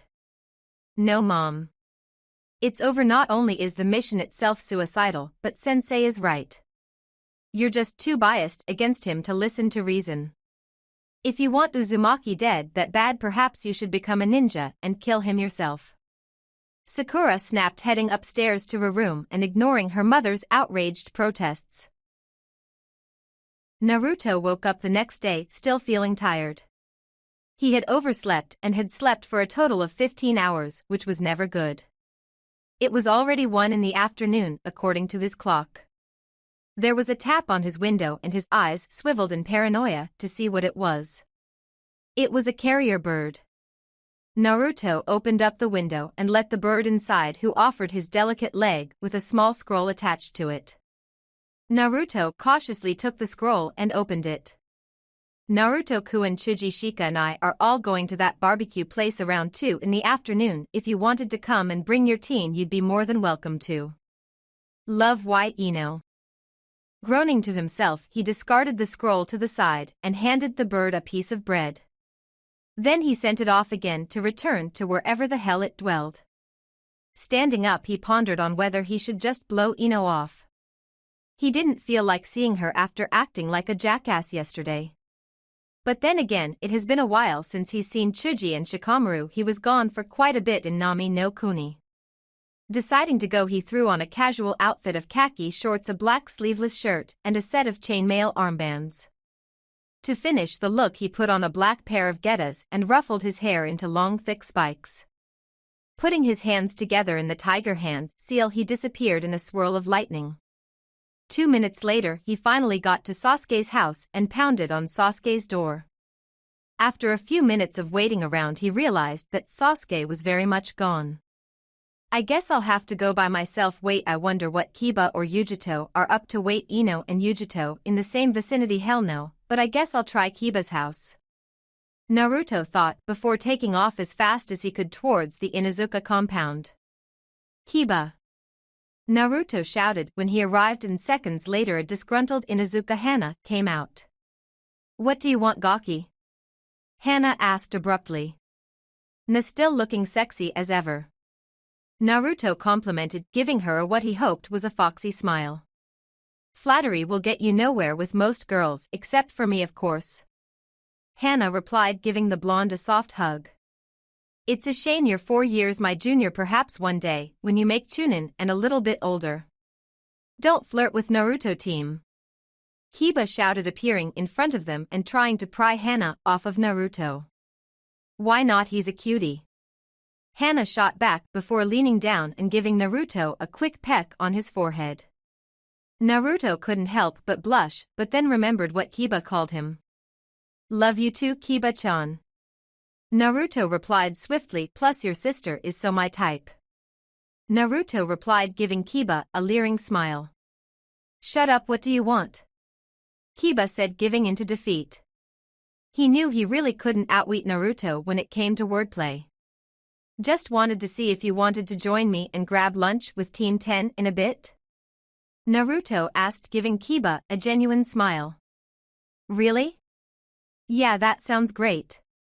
Can Akamaru come? Kiba asked excitedly. Naruto had really asked him out on a mandate. He didn't know whether to jump up in joy and then start tap dancing or to play aloof with cool indifference. Too late though, yeah, I love that little pup. Go get him.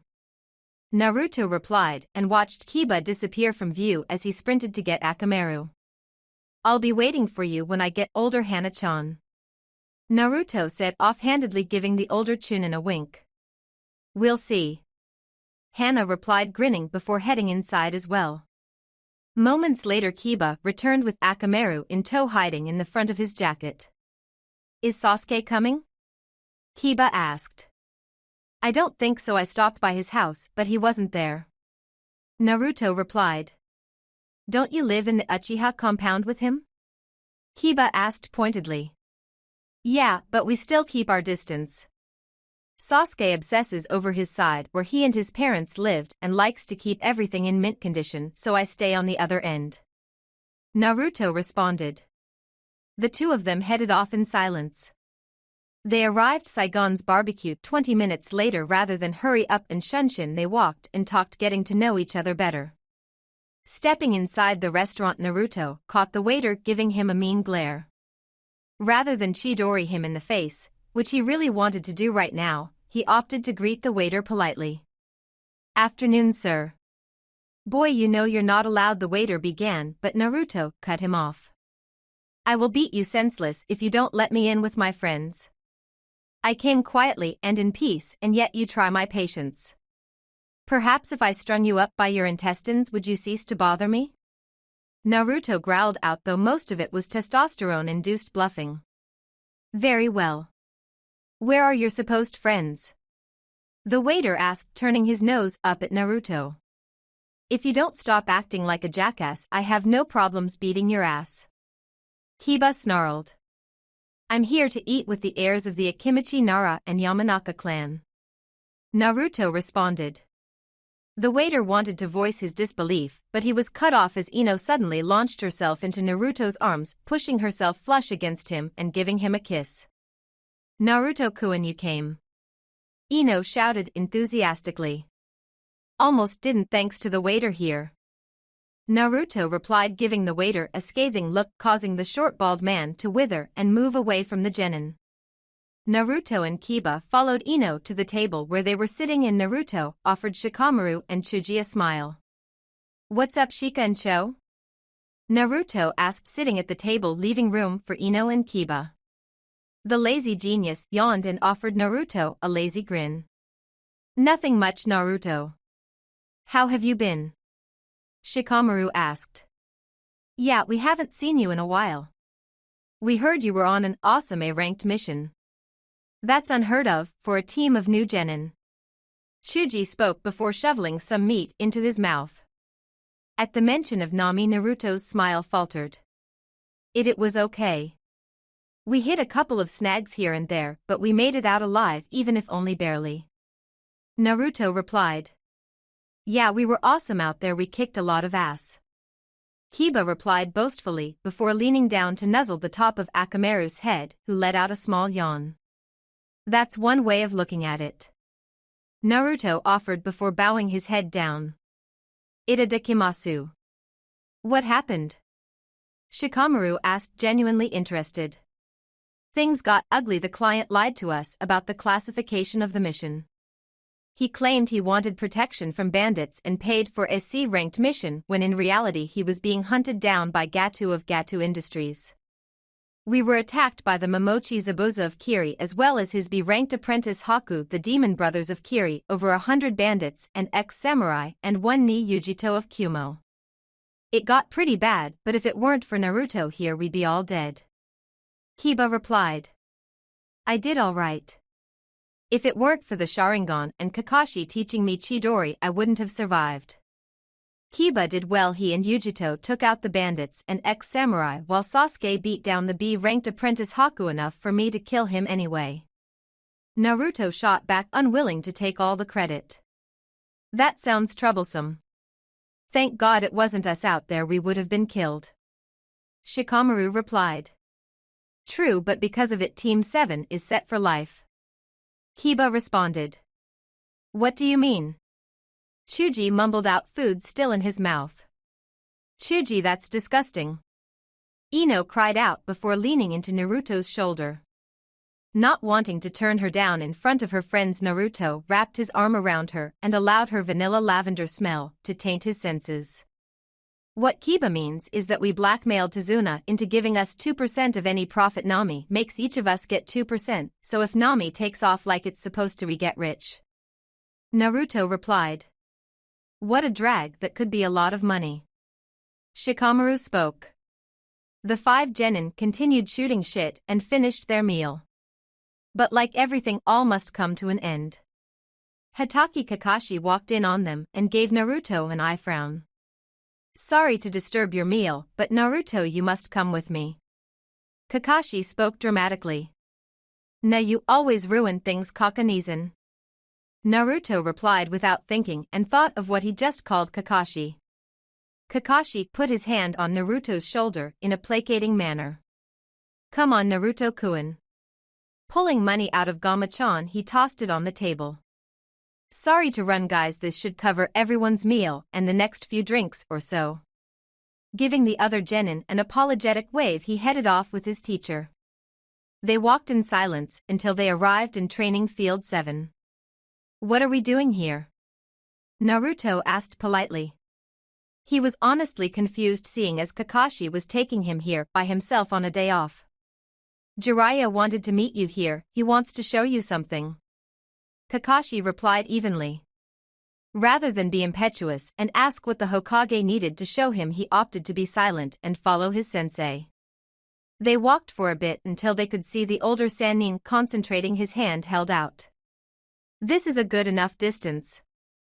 Kakashi spoke. For what? Naruto asked. The Rasengan. I know you want to be childish and not learn from me or Jiraiya, but we want you to understand the power we're going to try to give you. Kakashi replied. Jiraiya sent his chakra to his hand, the small vortex forming a small sphere in his hand with chakra running rampant in it, swirling in different directions. Rasengan. Jiraiya yelled before slamming the spherical orb of destruction into the earth. There was the sound of earth being grinded, and suddenly Naruto found out why they were at a distance. The dirt collapsed in itself, and suddenly dirt was uprooted into the air and flying about, leveling out the area. Naruto stood there, eyes wide and mouth agape. That's the Rasengan? Naruto asked. More or less a watered-down version. Kakashi replied. We want to teach it to you, but only if you let go of your pride and let us. Kakashi continued. Jiraiya shunted to where they were standing at. How was that for a demonstration? Jiraiya asked, beaming down upon the genin. Not bad, old man. Naruto replied, causing Jiraiya to arch an eyebrow at him. So do you want me to teach you, or will you let your pride stand in your way? Jiraiya asked. My fat, the yondaime created that jutsu? Naruto asked. Both of the seasoned veterans caught the slip up. Yeah, he did. And we want you to learn it as well. Kakashi replied, ruffling the boy's hair. Fine, I humbly accept. I want to learn the Rasengan, Hokage-sama. Naruto responded, and Jiraiya smiled at him. Smart boy, you'll be better than your old man in no time. Jiraiya replied. But I'm about to ask you a question and I don't want you to bullshit with me. Why? Kakashi's already taught me the Chidori, which is in its own class. Why do you want me to learn the Rasengan? Naruto asked. The fourth was a genius, epically so.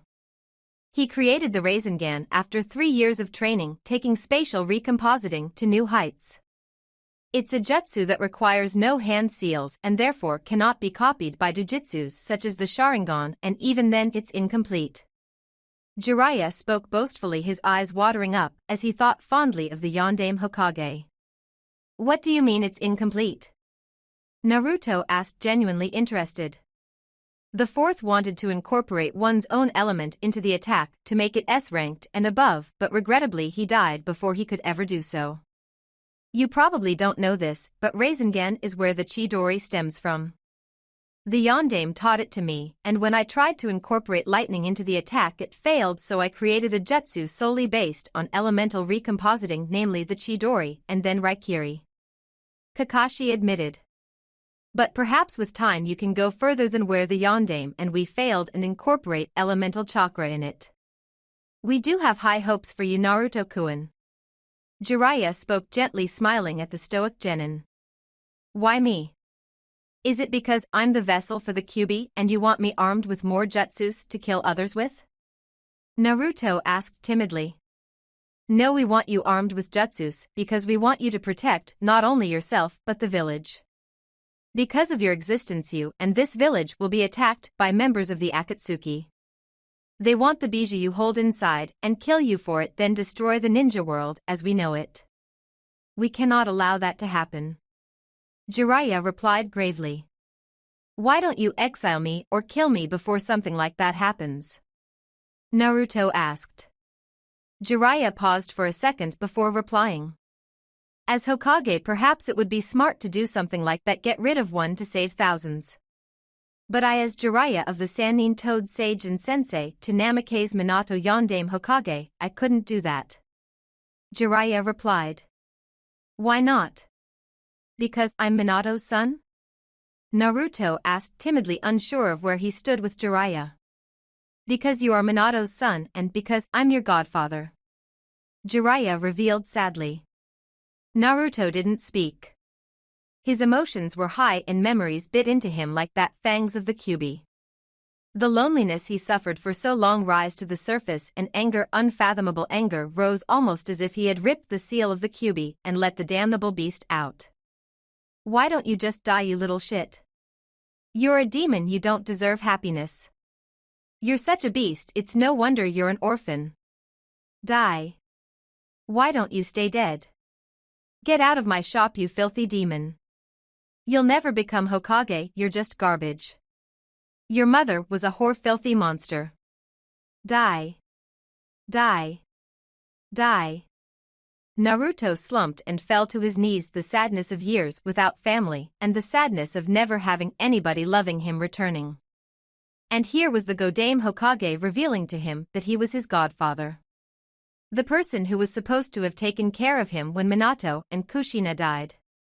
Why was he always so alone? Was this his destiny as Jinchuriki?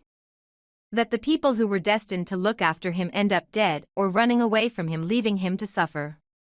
His eyes watered up uncontrollably, letting tears slide down his cheeks unabashedly. Perhaps he truly was alone in this world. Covering up his face with his soft yet calloused hands, he let out a wail that sent shivers into Jiraiya's bones, reminding the Sannin of his failures as said godfather. You bastard! Naruto sobbed out angrily, looking back up to Jiraiya, his tears shining brightly in the sunlight. I'll never forgive you, not you or the Yondaime. Until I die and beyond the grave, I will forever hold a grudge against you for leaving me to suffer in the shithole of a village. I don't care what reasons you had, you knew. I'm so sorry, Naruto.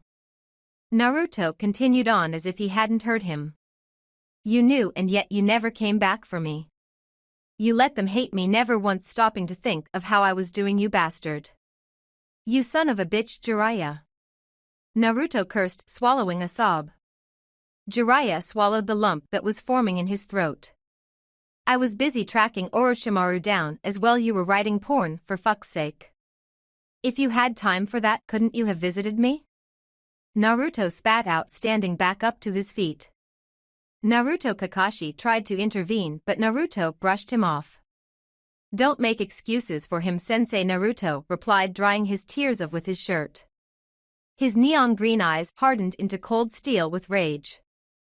You didn't have to take me with you, all you had to do was visit me, even if it was once a year, just to let me know that someone cared, that someone loved me, and that I wasn't alone. To let me know I was suffering for a reason, and you didn't.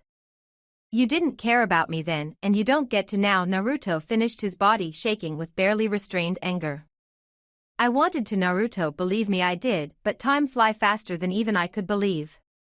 I was so obsessed with bringing Orochimaru back that I neglected my duties as a godfather. Jiraiya offered apologetically. With all due respect, it is pointless now. I believe Kakashi-sensei here was going to teach me the Rasengan. I don't think there's more for us to say, Hokage-sama. Naruto declared softly, damming his eyes for water up. Jiraiya winced at his tone. He deserved it, and he knew it. Yes, we're going to teach you Rasengan. Kakashi knows a bit of it, but I'm the current master at it. Jiraiya replied.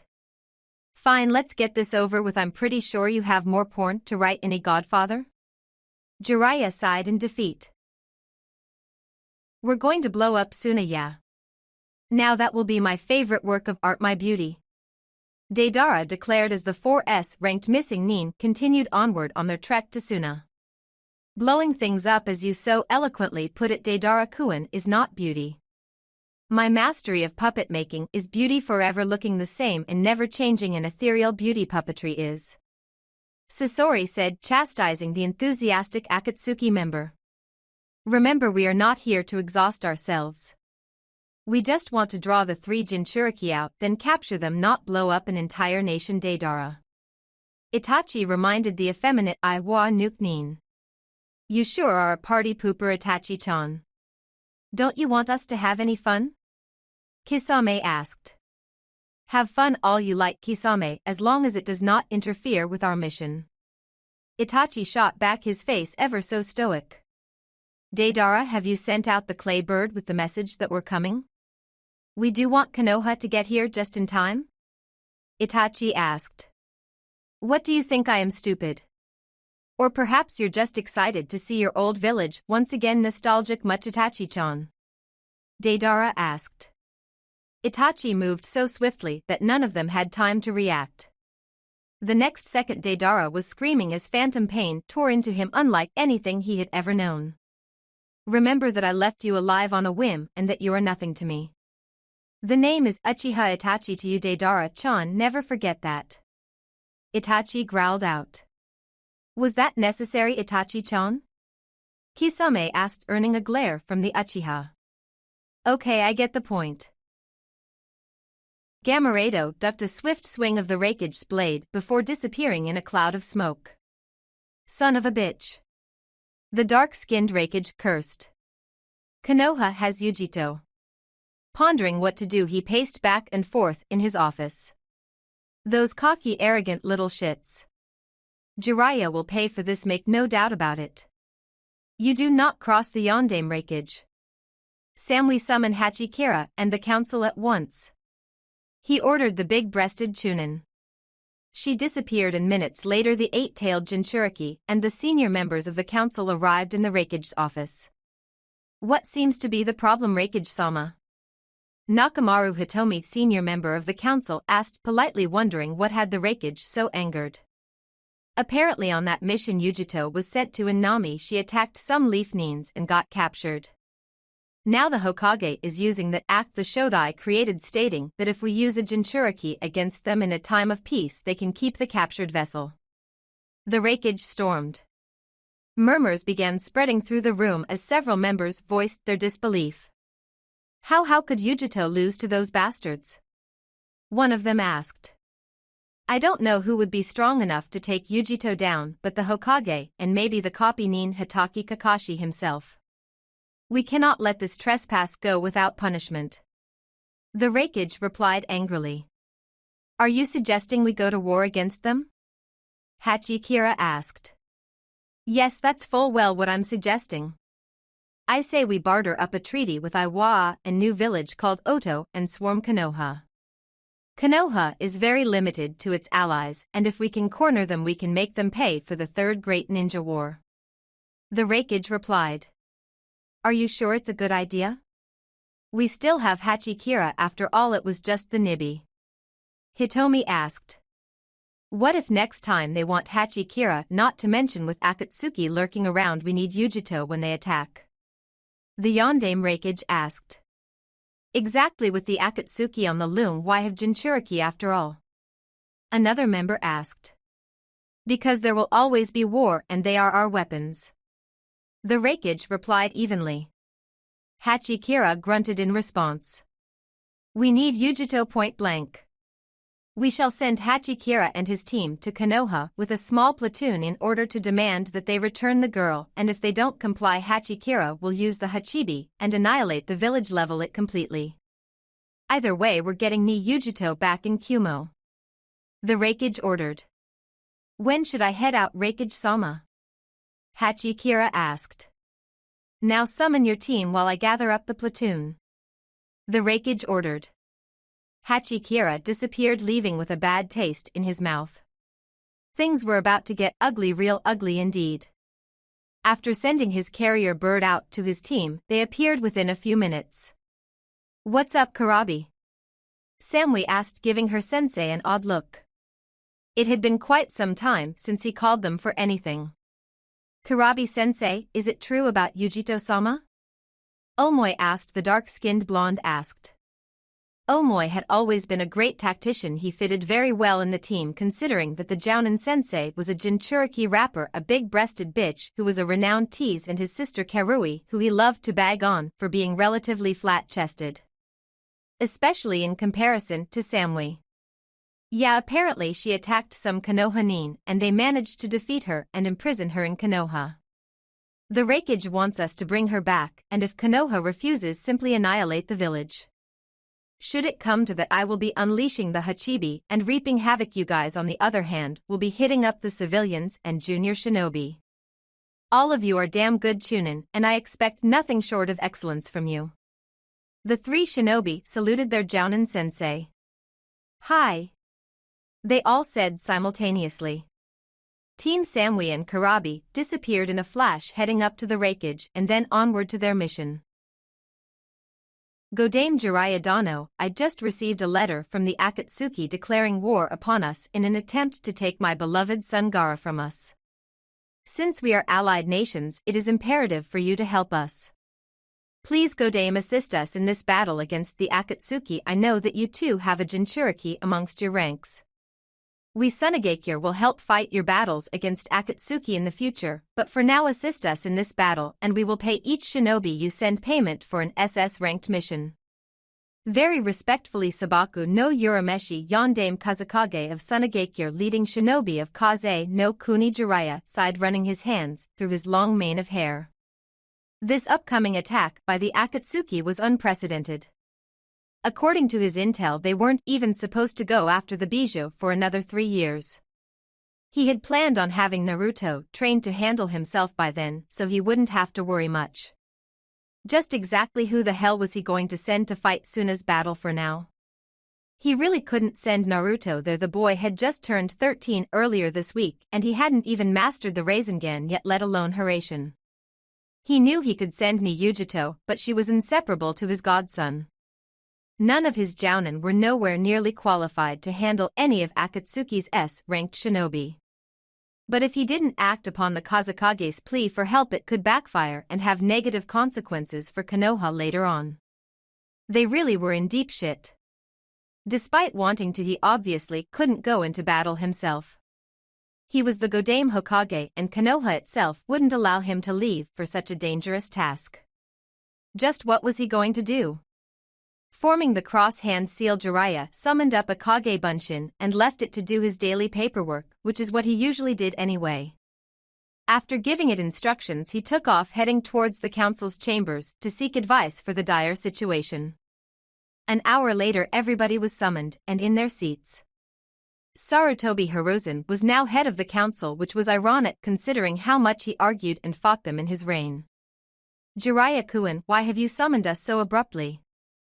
Sarutobi asked openly and unabashedly. Akatsuki is making its move, sensei. Sunagakure is pleading for help and we're light enough on shinobi as is. But if we disregard their plea, we could make enemies of a nation we worked so hard to ally ourselves with.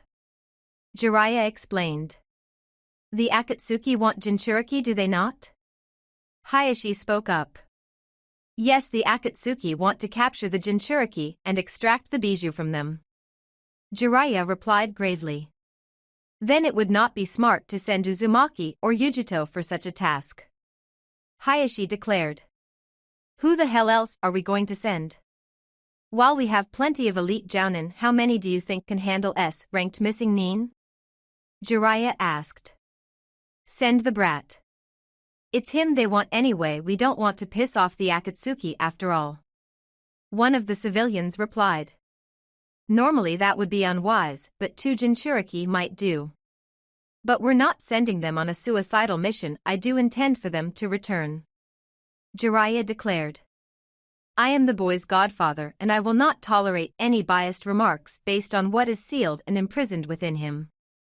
Jiraiya argued. Who else can we send that would be significant enough for this? Hatake Kakashi obviously, but who else? Sarutobi asked. I'm honestly thinking that Inoichi Shikaku and Choza should go, but not as actual fighter, rather backup and for interrogation purposes. Jiraiya replied. He looked up apologetically to the old Inoshika Cho team. They nodded their heads in acceptance, knowing full well that they were needed. Better them than their children. You guys will need good scouts. I will offer my help. Hayashi spoke, closing his eyes, realizing that situation was indeed heavy. Thank you, Hayashi Dono. We're going to need an Inuzuka and Tenzu. Definitely Tenzu to counter the Yukai in case it gets to be too much for Naruto or Yujito. Jiraiya nodded thankfully. Leave the Inuzuka, Hatake will be the tracker. I will go as well. Sarutobi offered, standing up to his feet. Sensei, what the fuck are you talking about? You can't go. You are retired and too old to fight off some nuke Nin. Jiraiya complained. Even so, we are delaying the inevitable. Jiraiya-chan, we both know my time on this earth is limited, I might as well make the best of it. As Hokage, it is one's duty to protect the younger generation's will of fire. Even if I die on this mission against the Akatsuki, it will be all worth it. I would gladly die for such a cause. Sarutobi declared, reminding the council of why he was known as Kami no Shinobi, the god of shinobi. Sensei, don't. We have no choice, Jiraiya. Powerful as I am, what good is all that power if I'm sitting here like a politician? Sarutobi asked. Jiraiya hung his head in defeat. All right, Team 7 and Ni Yujito will go first. 2 hours later, Hayashi, Kakashi, Tenzu, and the Sandaime will go. Lastly, the Inoshika Cho will go as backup. Any questions? Jiraiya asked. No one said nothing. It was a dark day in Konoha, and it would only get darker. Chapter 11, The Chamber of Time and Requirement. There was a soft knock on the door, much to the spiky-haired blonde's irritation. Opening up his eyes, he rolled out of bed dressed in a pair of cute pajamas, opposite of what the shinobi truly was.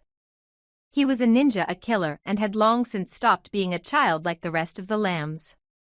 Walking towards the door, his feet echoing soft pit-patting, he opened the door and stared at Ni Yujito, clad in the normal Chunin attire with black pants and shirt and a green Chunin flak vest over the front.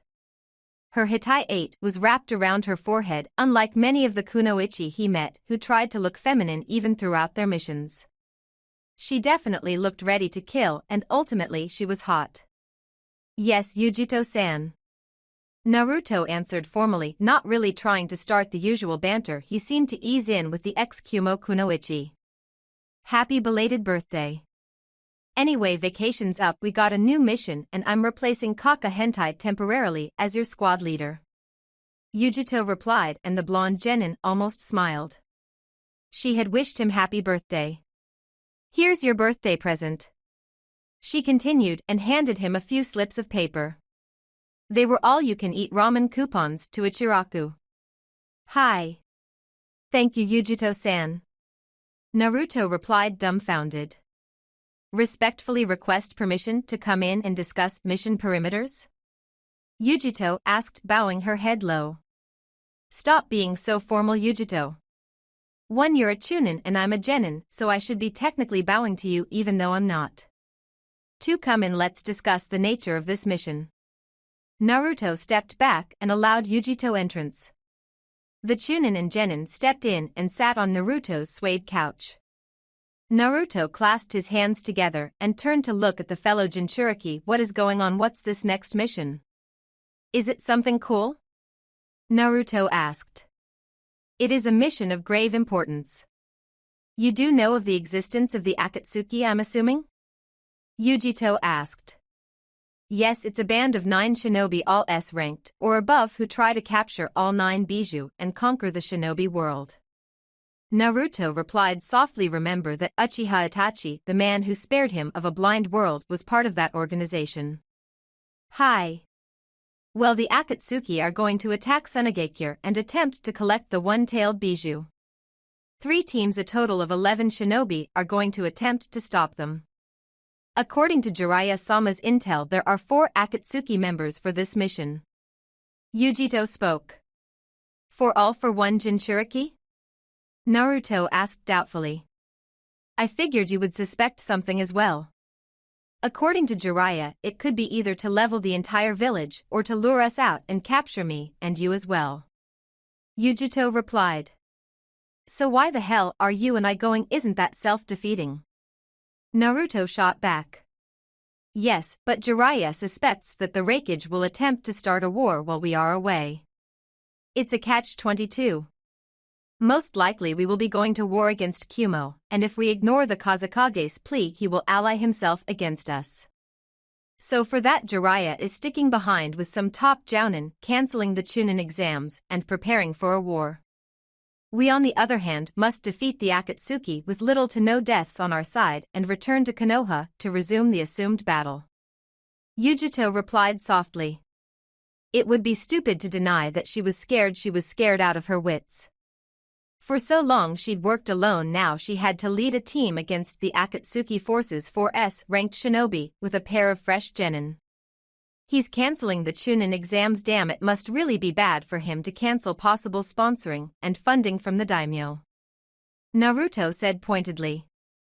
Yes, it is. But we must do what we have to do. According to Jiraiya-sama, Chunin promotions will be earned on the field rather than through some outdated tests or so, as he put it. Yujito replied. How long do we have until we head out? Naruto asked. We have less than 3 hours to be fully prepared. Get dressed and follow me the Hokage's office. He also told me to relay to you to not worry about nin tools or clothing, simply to throw on an outfit and follow me there. Yujito relayed. Naruto gave her a quizzical look before smiling, unable to help himself. Did you want me to change right now in front of you? Naruto asked, smiling as Yujito's eyes lit in self-righteous anger. You're pushing it, Naruto. And here I thought you weren't always an asshole. She replied. Naruto stood up and gave her an amused grin. Yet you haven't really answered the question, Yugi-chan. He shot back. Taking the bait before flipping it back on him, the 14-year-old Chunin stood up as well before grabbing the front of his shirt and slamming him against the wall. Pushing the hair out of his eyes, Yujito pressed herself fully against him, her pelvic flush against his, and got within mere inches of kissing him. I'd bet you'd like that. Unfortunately for you, I don't want you. She bit off, releasing him. Naruto smirked at that before grabbing the fellow Jinchuriki and spinning her, pressing her against the wall. Grabbing hold of her flak vest, his lips lingered by the hollow of her throat, his warm breath tickling her. Unfortunately for you, we both know that's a lie. He replied, releasing her and heading back towards his room to change. When he returned, Yujito almost lost her breath. He came out dressed in dark blue shinobi pants, a dark blue undershirt cut off at the sleeves with a white plain high-collared jacket, making him look nearly exactly like the Yondaime Hokage, sans the whiskers and Chunin flak vest. Like the digs? Naruto replied, smirking before walking out of his door with Yujito on his trail. Sasuke and Kiba, are they meeting us up there as well? Naruto asked, ignoring the scathing looks the villagers shot him on the way to the Hokage's office. How dare he attempt to look like the fourth? The very man he killed fucking runt, one of them growled out. Naruto continued on his way as if he never heard anything. Don't ignore us, you little shit. How dare you? Another cried out, tossing Naruto an evil glare. One of the braver ones actually ran up to him. Take that jacket off, you dirty demon. Naruto stopped in mid-step and swiveled around to look at the incredulous civilian. What did you call me, you fucking piece of shit? Naruto asked, his cerulean eyes bleeding into red. I called you a filthy, disgusting, low-life demon. You should have died on October 10th, 13 years ago. The civilian shrieked and Naruto lost his temper. Before the man could react, Naruto had grabbed him by the throat, covering the space between them at a speed that Yujito hadn't been able to catch, and lifted him up as high as his arms would allow. I could kill you for treason, I should kill you for treason. Next time I might become the QB as you villagers claim I am and destroy you and your family. But fortunately I'm not, and you weak sack of monkey flesh aren't worth getting my hands bloody for. Naruto growled out before tossing him aside helplessly into a crate of fruit. Naruto, come on, let's go to the Hokage's office hastily before anything else happens. Yujito urged. Blood-red eyes interlocked with hers. Hi Chunin-san. Naruto leveled out through bared fangs. His whiskers were more pronounced, darker even. Yujito chose not to reply and agitate the fellow Jinchuriki. They arrived at the Hokage's office fairly quickly. Once they did, the Hokage's secretary Reito asked for Naruto to go in the office alone at first and for Yujito to stay outside. Come Naruto-san, the Hokage would like a word with you. Reito beckoned. Naruto already knew the Hokage would bitch about what just happened minutes ago, but he didn't really care. If anything, the Hokage should thank him for not killing the irritating bastard. Stepping inside the office, Naruto chose not to get off on a bad start and stood at attention, giving the wall behind Jiraiya a 1,000-yard stare. After using a sound sealing seal on the door so the conversation remained private, Jiraiya turned to the boy. What the fuck was that out there in the courtyards? Jiraiya demanded, his face flushing in anger. I do not understand the question. Naruto drawled out. Why the bloody hell would you threaten a civilian, let alone his family? Jiraiya yelled, giving the boy what he dubbed the stink eye. Why the hell wouldn't I? He committed treason, broke a law that dictates immediate execution. Naruto replied. Don't take that fucking tone of voice with me. I'm fighting every day against the fucking council, trying to prove that you're more than a demon or a weapon, and yet you deliberately chose to prove them right. I don't give a damn what he called you or what he did. You do not put your hands on a civilian and choke them in public like some deranged sociopath. Jiraiya yelled once more. Perhaps I am what the council thinks of me, or better yet, perhaps I am the QB in human flesh. Naruto never got to finish the statement as Jiraiya slapped him hard across the face. The slap was enough to snap his neck to the side, his cheek ringing in pain. Don't ever say something as stupid as that again, Naruto. Jiraiya warned. It's true, you have no way of knowing. Perhaps it would be better for you to stop fighting on my behalf and let my actions speak for themselves. I am a shinobi of Konohagakure, fighting every day to protect the village from harm. If that is not enough proof for these idiots, then I will not attempt to change their mind. Naruto replied. Do you know what would happen if I stopped fighting for you? They would lock you up, experiment on you before ultimately killing you. Jiraiya shot back angrily. The day they make that move against me will be the day of reckoning. It will be the day Uzumaki Naruto is no more, having ripped the seal that ties the QB to this flesh and unleashes him to wreak havoc. Konoha doesn't want a hero, and on that day I will cease to stop fighting for this village and simply let it burn like my innocence.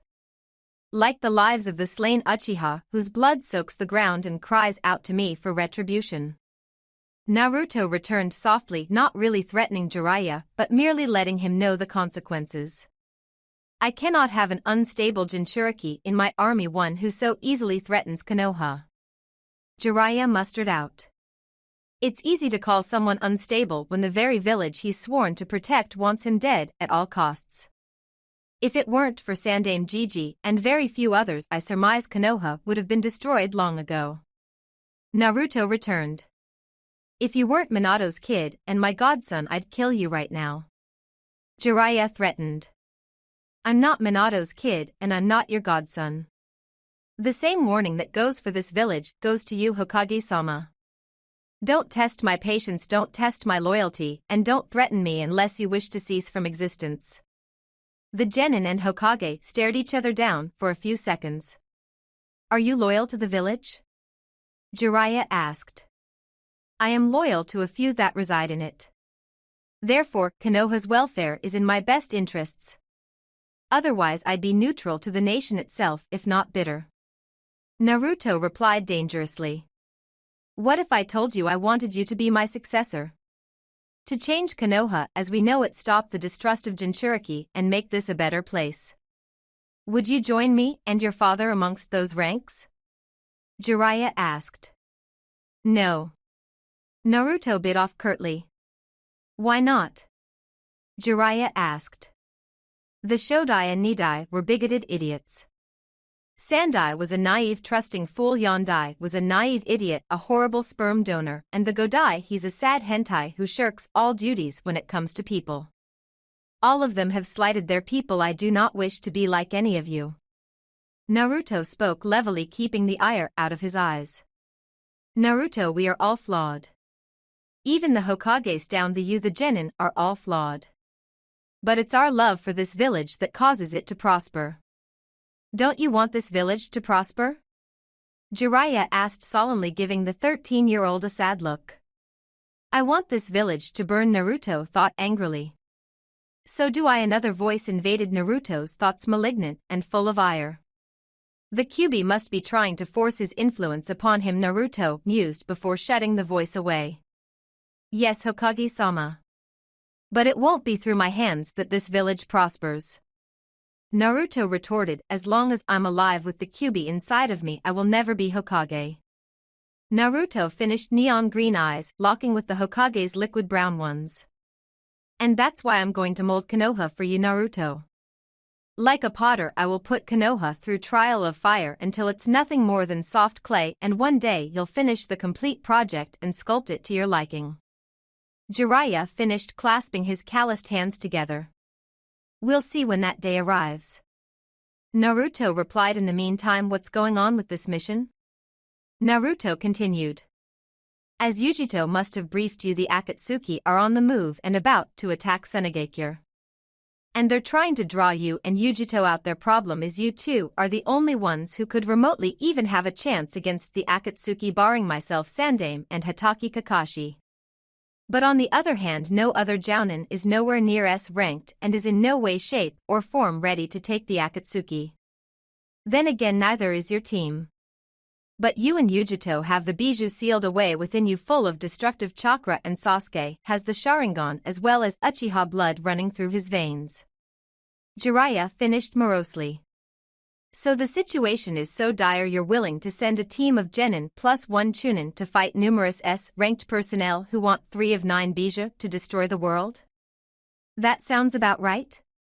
Naruto asked sarcastically. Actually, Kiba's not going on this mission. He needs some time to adapt to shinobi life after this last mission in Nami. He might join you in the submission prior to your departure.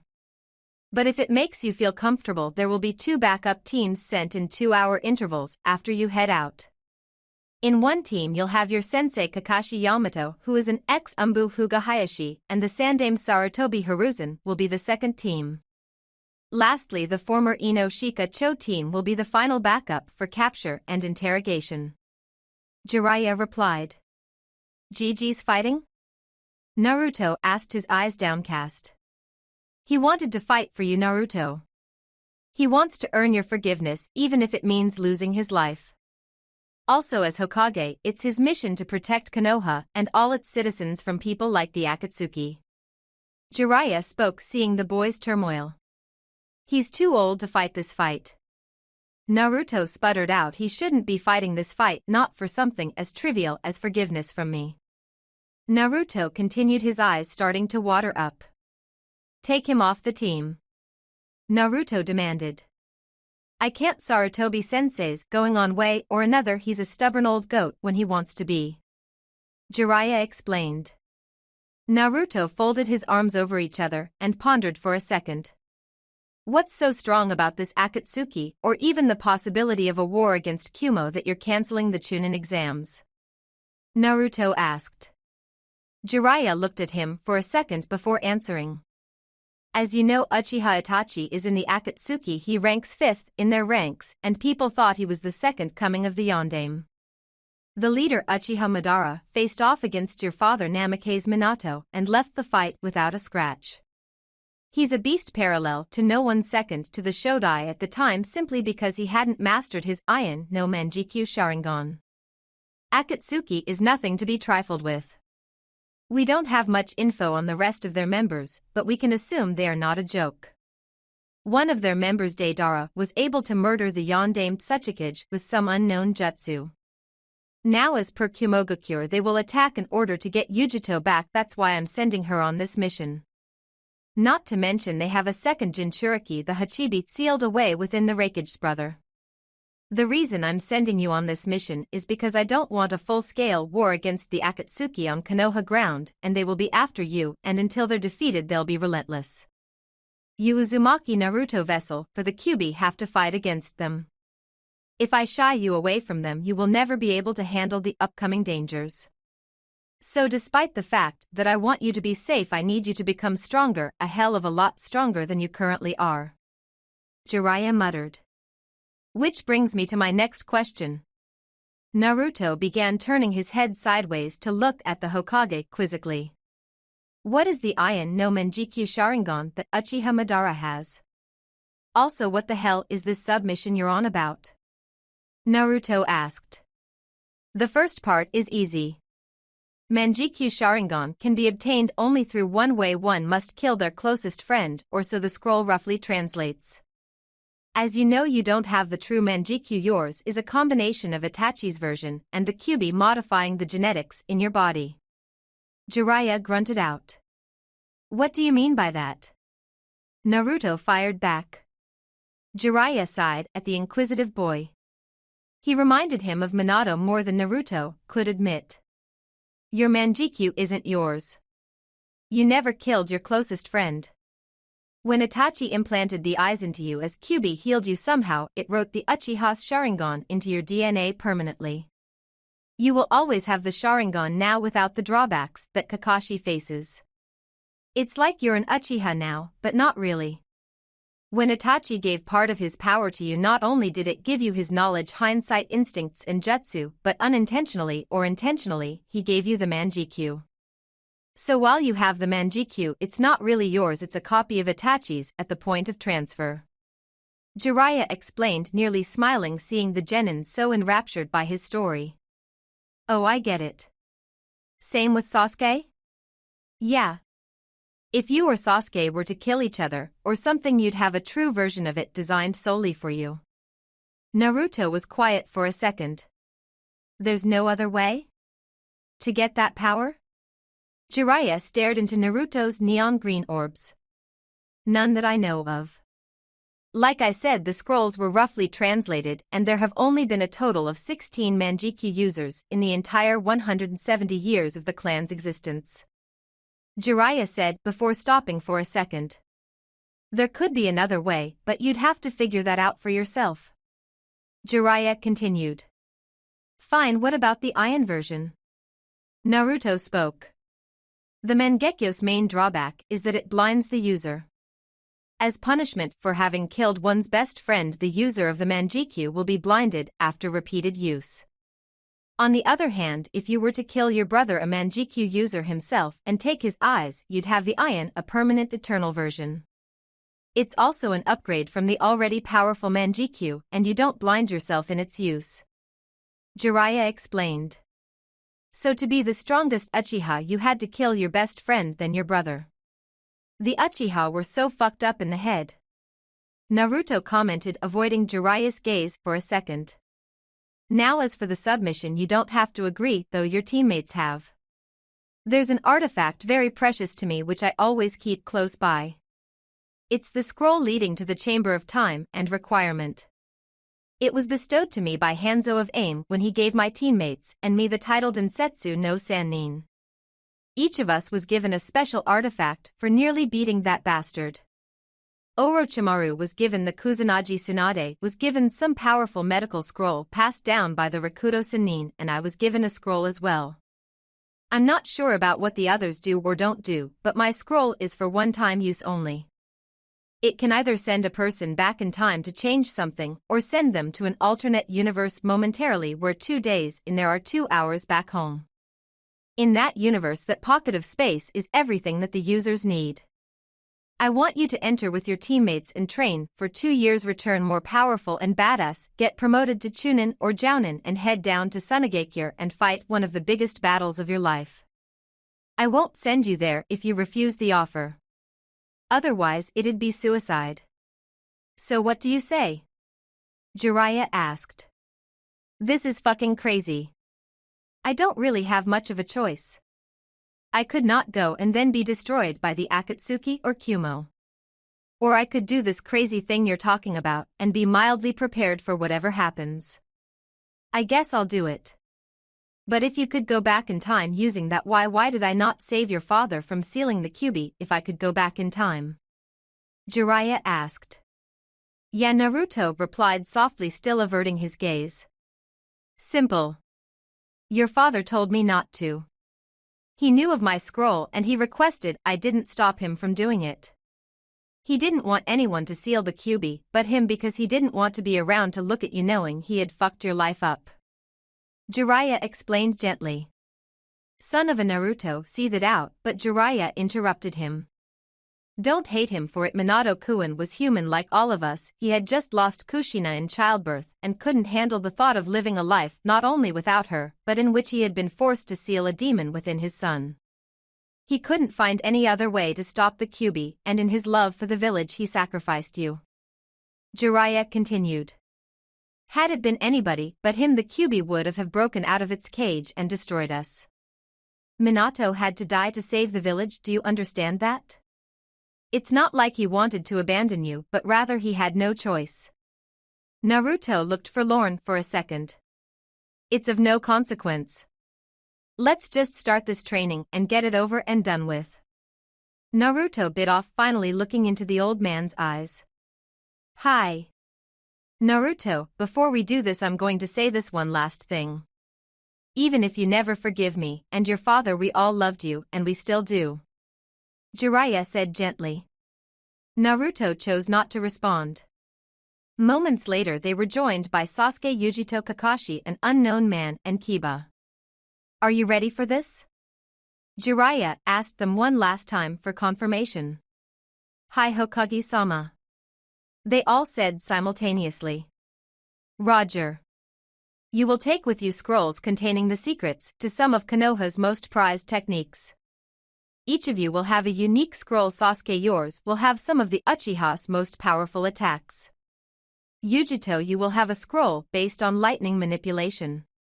Also, you should probably master using your Nibi's Yukai until you're able to handle both tails of chakra. Naruto, you on the other hand, are tasked with the hardest task. Using Yamato and Kakashi, you must master the Kyuubi's chakra, as many tails as you can handle. Also, you have to master lightning manipulation and learn as many diverse jutsus as possible, including mastering the Rasengan. You do know that it's an incomplete jutsu, correct? Jiraiya asked candidly. No, I did not know that. Naruto replied.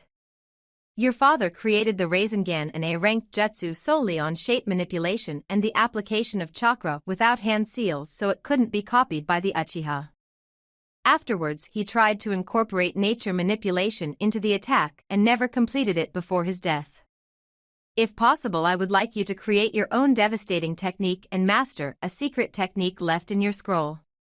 It can only be opened using your blood and your blood only. Jiraiya explained. Why is that? Naruto asked. It's a scroll left by your father the Yondaime. I have no idea as it its contents. Jiraiya replied. If boy was surprised he didn't show it, he faced remained apathetic. Hi.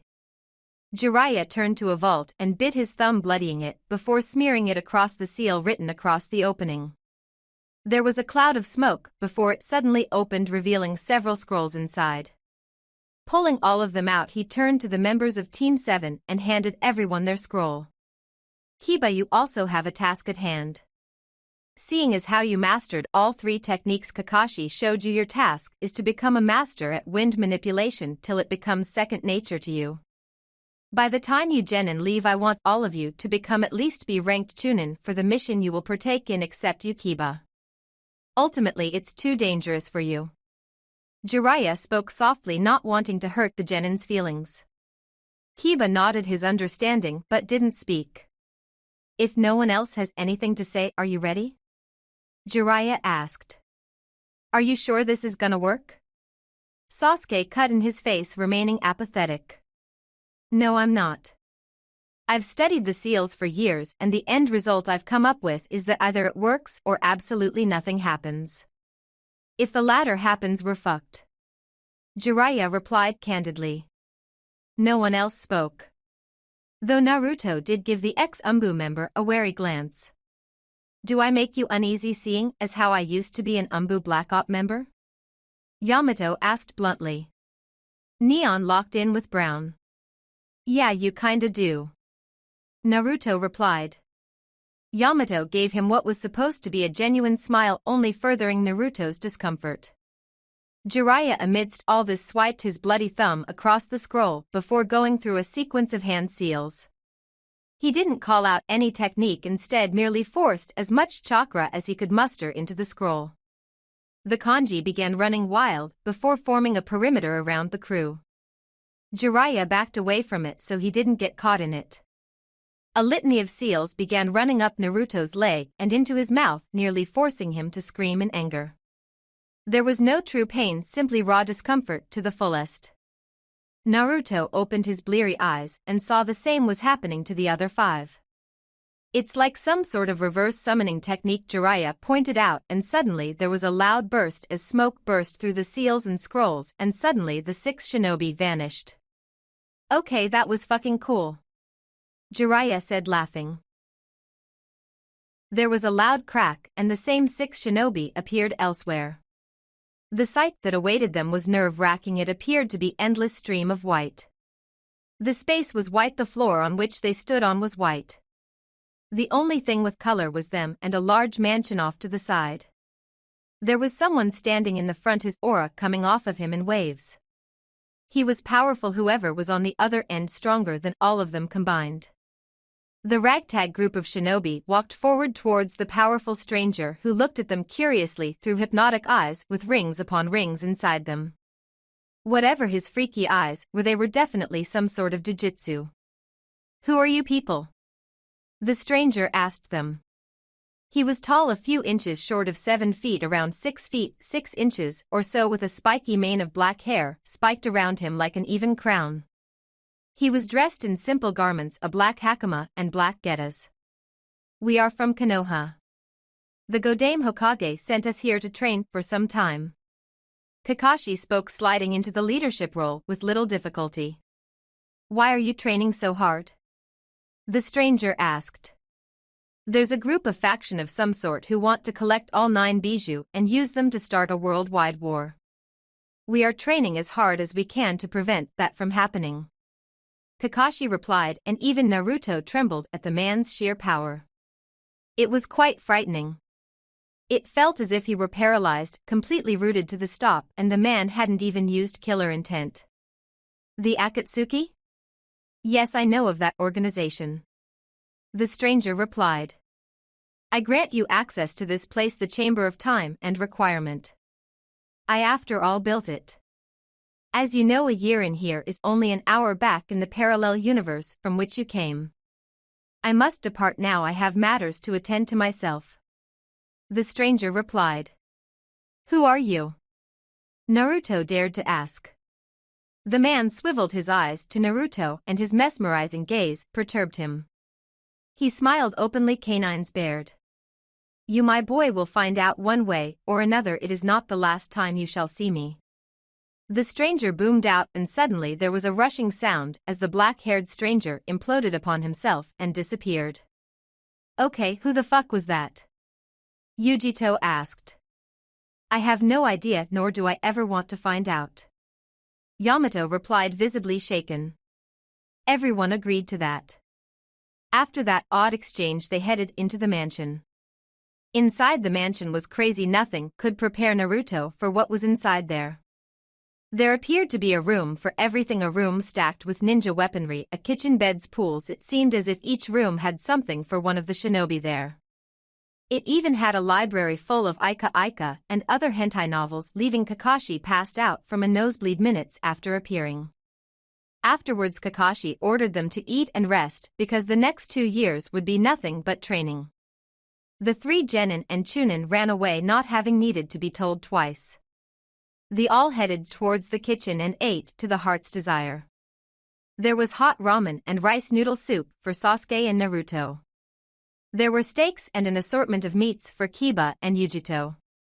After they ate, they all headed down to the warm pool after changing into a pair of shorts and hopping in, finding the water quite delightful. Do you think you're going to die? Kiba asked randomly as they swam in the water. Wow, great conversation starter skills, Kiba. I can almost imagine you hitting on women with those legendary quips. Hey baby, you mind if I jizz on your back because that ass is too pretty to ruin? Sasuke mocked the feral teen. Fuck you, malicious. I'm just saying I'm scared for you guys and I'm not even going on the damn thing. Kiba admitted, giving Sasuke a hard glare. I'm scared too, Kiba. I'm scared shitless because we all know it's a setup because I might see Uchiha Itachi again and have no idea what ground we stand on. I'm scared because even if I leave here, a 15-year-old will never know if it's enough to beat these guys. Or better yet, I'm scared because I have to tap into the Kyuubi's power and God knows I don't want to be associated with the furry nut. Naruto replied evenly.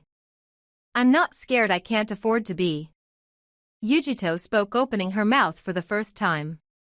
Whatever, Yugi-chan, you're just as scared as all of us. Naruto replied, much to the kunoichi's irritation. Not really, Nira-kun. She cooed. I've already killed plenty of people, strong people. It makes no difference to me. She bit off bitterly. So have I. Well, okay, I've only killed 3 people. But what I think you're too scared to admit is that you're frightened for one main reason. Naruto shot back. Really, and why's that? Yugito asked, a smug look on her face. Because in all we've done, we've always been the predator. We killed in self-defense or even carrying out the mission for our village, but when have we been hunted down like animals? Rather than the predator, you've become the prey, and you don't like that, Yugito-chan, do you? Naruto baited. She was quiet for a moment. Stop calling me that. Yeah, okay, I'm a little nervous. But why are you scared? You've been hunted like some wild animal all your life, Naruto-kun. She shot back and cringed, seeing the wounded look in his eyes. The room was awfully quiet. Awkward. You're right, I have. Back then it was drunk civilians and some run-of-the-mill ninja. This time we're taking on the most powerful shinobi in the great nations, so I'm sorry if it fucking weirds me out. Naruto spat out a snarl rising to his whiskered face. Rather than continue the argument, the 13-year-old stood and walked out of the pool, not stopping to look back. Great, now you pissed him off. Sasuke spoke, clearly annoyed. Fuck him. Yugito replied to Sasuke bitterly. I wish you would, maybe he'd stop being so angsty. Kiba replied. The glare he received was so not worth that comment. Yugito left minutes later to go shower. Kiba was dozing off, not really paying Sasuke any attention, leaving the black-haired boy alone in his thoughts. Uchiha Itachi, what have you been up to these last few years, Nisan? Have you been training as hard as I am, or are you merely waiting for me to be strong so you can die at my hands like you so hard tried pushing me into doing? Why did you kill the mother, father? A broken 7-year-old Uchiha demanded, crouch over the body of his parents. Why did you kill them all? Answer me, Nii-san. Sasuke demanded. To test the limits of my abilities. Itachi replied dispassionately. That's it, Sasuke demanded, standing up to his feet. You killed them to test your capabilities? He asked angrily, balling up his tiny hands. Itachi gave no reply. Merely gazed at Sasuke with his guilty blood-red Manjikyu Sharingan. The three-sided pinwheel hypnotizing Sasuke even at that moment. You monster! Sasuke cried out, charging at his brother with all the energy he could muster before throwing a punch. It was inconsequential because before Sasuke could hit his brother's fist was buried deeply in his gut, knocking the air out of him cleanly. Sasuke dropped to the floor face first, his glazed eyes falling onto the body of his dead parents, their spilt blood running across the floor like vintage wine, the metallic smell of the departure nearly enough to send Sasuke into a gore-induced vomit. The hypnotizing pinwheels claimed him, and Sasuke screamed, staring into those blood-filled eyes. Why couldn't you have told me the truth? Even now, having been told the truth by Naruto-kun, I still hate you. Part of me still wants you to suffer, part of me wants you dead, Itachi. Yet part of me wants to save you from that lonely existence you had to live, from that miserable excuse of an existence the village handed to you. What do I do, Itachi? Do I kill you and redeem the blood of our elders that stain Konoha to this day? Or do I save you for saving Naruto on that sad day? Do you deserve to live after all you've done? But better yet, do you deserve to die? Naruto lay in his bed fuming. That fucking cunt, God, she pissed him off. Throwing all that shit in his face about him being hunted down. There was a downside to her having seen his memories and that connection. A connection he still didn't truly understand. Why had he attempted to perform that Tsukuyomi on her that day? It troubled him deeply. Mainly because he avoided having bonds with people, since people tend to let you down more often than not. He only really cared about the Sandaime Kakashi, Sasuke, and now Kiba. That's it, he had associates and people he didn't want to die, and lastly there were the people he either hated or just didn't care if they lived or die. But this connection between the two Jinchuriki, it wasn't forcing him to care for her. But it was making him understand her, empathize with her. And that's what he didn't want. He didn't want to feel sorry for her. It was bad enough that he was excitingly attracted to her, the empathy only enhancing and enforcing what he already felt. But what really sucked above all that was that she could read him like an open book and then use it against him. He liked being mysterious, a total enigma to the population, but she understood him in ways that even his best friend Sasuke couldn't, and then used that knowledge to hurt him even if it was unintentional. He felt her soothing presence nearby. She must be standing right outside his door as he contemplated her. Come in, Yujito. He ordered, not bothering with honorifics or politeness. She swayed into the room before meeting his eyes. I'm sorry. She began walking over to his bed before sitting at the edge of him, giving him a sorrowful look. I don't give a shit either way. Naruto shot back, daring her to hurt him again. You know you make apologizing really hard, Naruto-kun. She whispered. This is my care face. Notice how it looks exactly like my I don't care face. You know why that is, Yujito? Shut up, she growled out, baring her fangs at him. He did for the moment. I've never really had attachments. I never knew my mother or my father. All I know is battle. Kinda like you now. I'm stuck here in a foreign land about to fight my own people. I'm about to take on some really powerful fucking criminals who want what I have sealed away. I'm scared shitless, and above all that I have some inane desire to make you feel better. To let you know that life does suck, but that it gets better with time. I want to be your friend. I want you, period. Yujito confessed. Naruto's eyes got wide with her admission. And it's not because of the connection now. Would I have noticed you if we weren't connected? Probably not. But after spending time with you and seeing you in a different light, I came to really care about you. I'm not going to tell you I love you because I don't, but I do feel something. Yujito whispered before climbing over to him. Naruto gave her a wide-eyed stare as she slid on top of him, her bare legs smooth to the touch as she leaned in. Naruto wanted her so bad he could admit that. Could he chance it though? Could he give in knowing full well that she could turn it against him later on?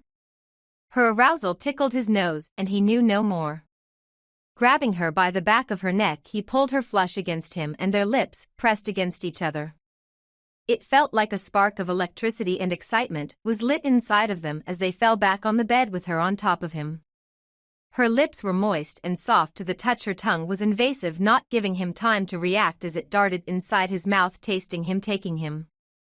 He was so far gone he melted beneath her lips, quivering as if it were he that had the vagina. He didn't love her.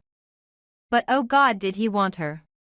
His hands reached out, seeking for the bare flesh she revealed to him in all her glory. His soft hands found her bare arms, stroking them softly with each digit. She cooed and moaned in his mouth, the scent of her arousal only stronger, blinding him, the connection between them only becoming stronger. God, I needed this. Naruto admitted blindly. She moaned a reply and he pulled away from her lips to taste her flesh, his lips finding the crook of her neck, his lips and tongue suckling. His teeth nipped at the hollow of her throat and Yujito convulsed uncontrollably in her pleasure, then agony as her nails grew into curved hooks, her animalistic side taking over. I want you so bad, Yujito. Naruto confessed, his tongue lapping at her throat before his lips claimed hers once again. His fingers left her arms and found her bare legs, soothing her as his digits skimmed over the back of her thighs. The world that both of them knew had changed, and it would never ever be the same again. Naruto woke up first the next morning to find that someone else was in his bed, naked, very naked, and pressed up against him. This was a first anyway. He had thought it had been all a dream, but it was real, very real.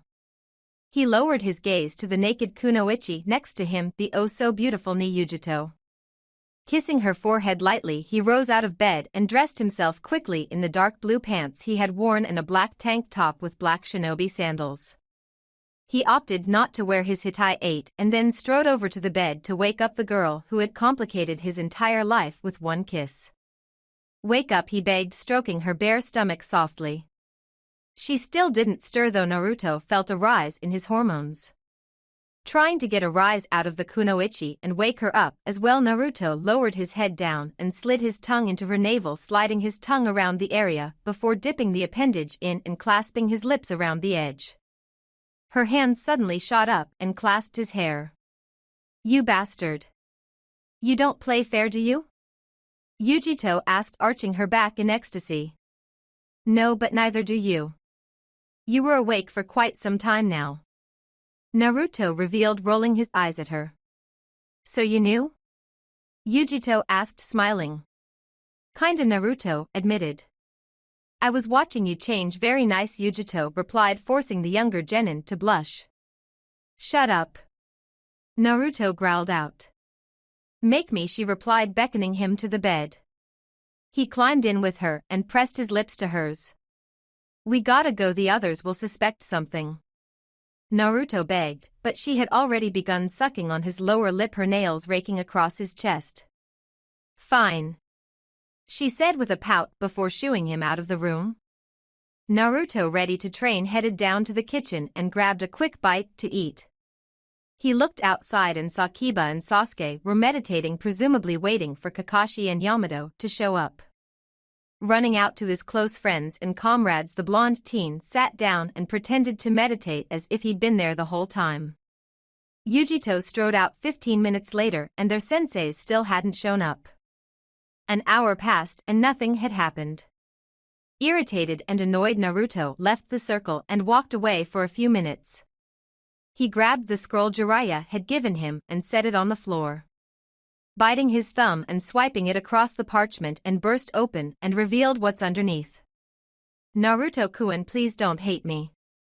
I know I'm a bastard for asking for that, considering I just sealed a huge furry bastard called the Kyuubi into a newborn baby who was you.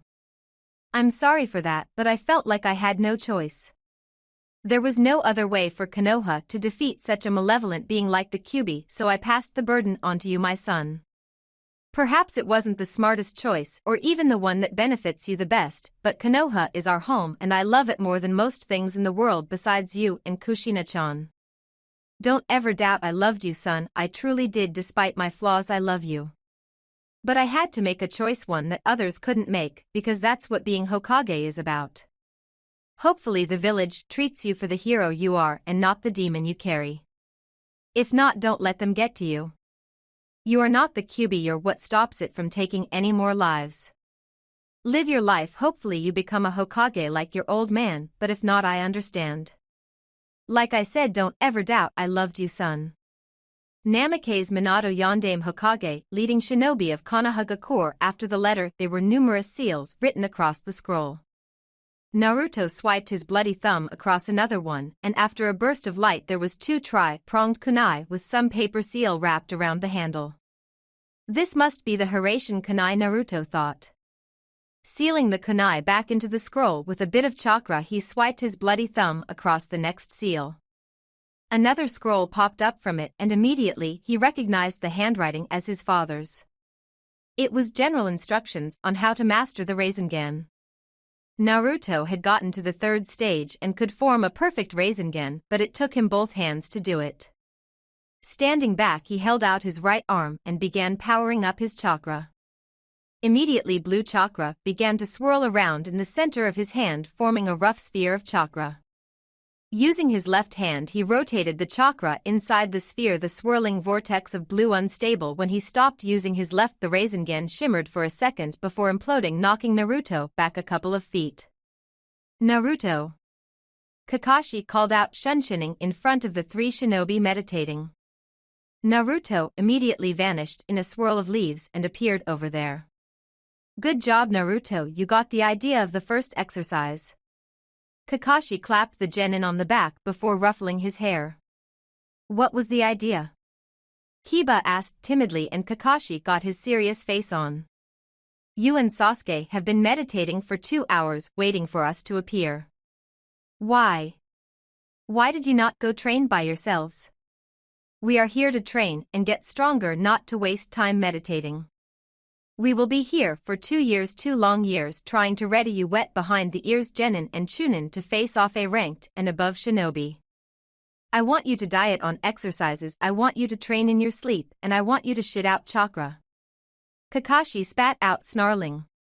I want you to piss out jutsus, I want you to make love to torture, make out with pain and Naruto and Yujito, I want you to have orgasms of Yukai.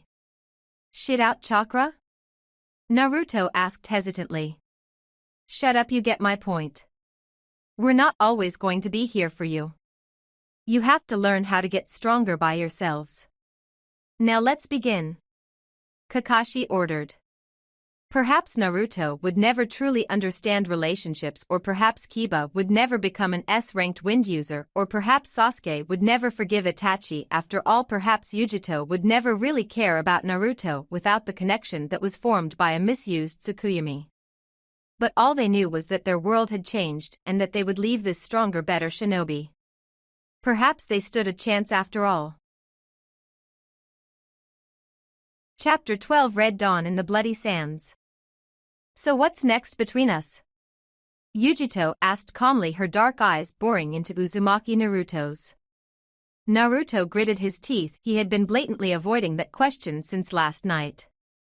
They had shared something marvelous, something no other woman would ever have. Though they didn't sleep with each other, the lust-filled kisses, the intense passion and desire would haunt Naruto's memories.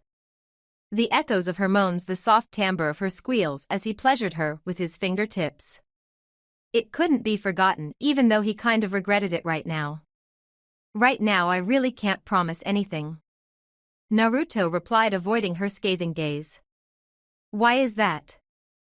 After what we shared, and you don't anything to do with me now, why, Naruto? Yujito demanded, and tears sprung to her eyes unwillingly. His throat clenched up and he swallowed the sob that threatened to come out. He clenched up his eyes in frustration as tears threatened to come out. You just don't get it, he gritted out, his teeth bared. Tell me, just what don't I get? Yujito asked, annoyed. He really was starting to get on her nerves with his bipolar act. We might all die, all of us. We've been training, but what if it's not enough? What if we die? Naruto spat out his whiskers, darkening on his cheeks. Then we die, Yujito replied hastily. That's the point. What if I let you and fall in love with you and then you die? I've been suffering from loneliness most of my life and I only truly care about a few. I don't want to lose any of them because losing them is the same as losing myself. I'm only alive and here because of them. Naruto replied. Maybe you're right, but then again maybe you're just a coward. Stop bitching about the past, it sucked, but now you can change it. Fate is but what we make. I don't plan on dying to the Akatsuki, no matter how strong they are. Even the strongest have their weaknesses.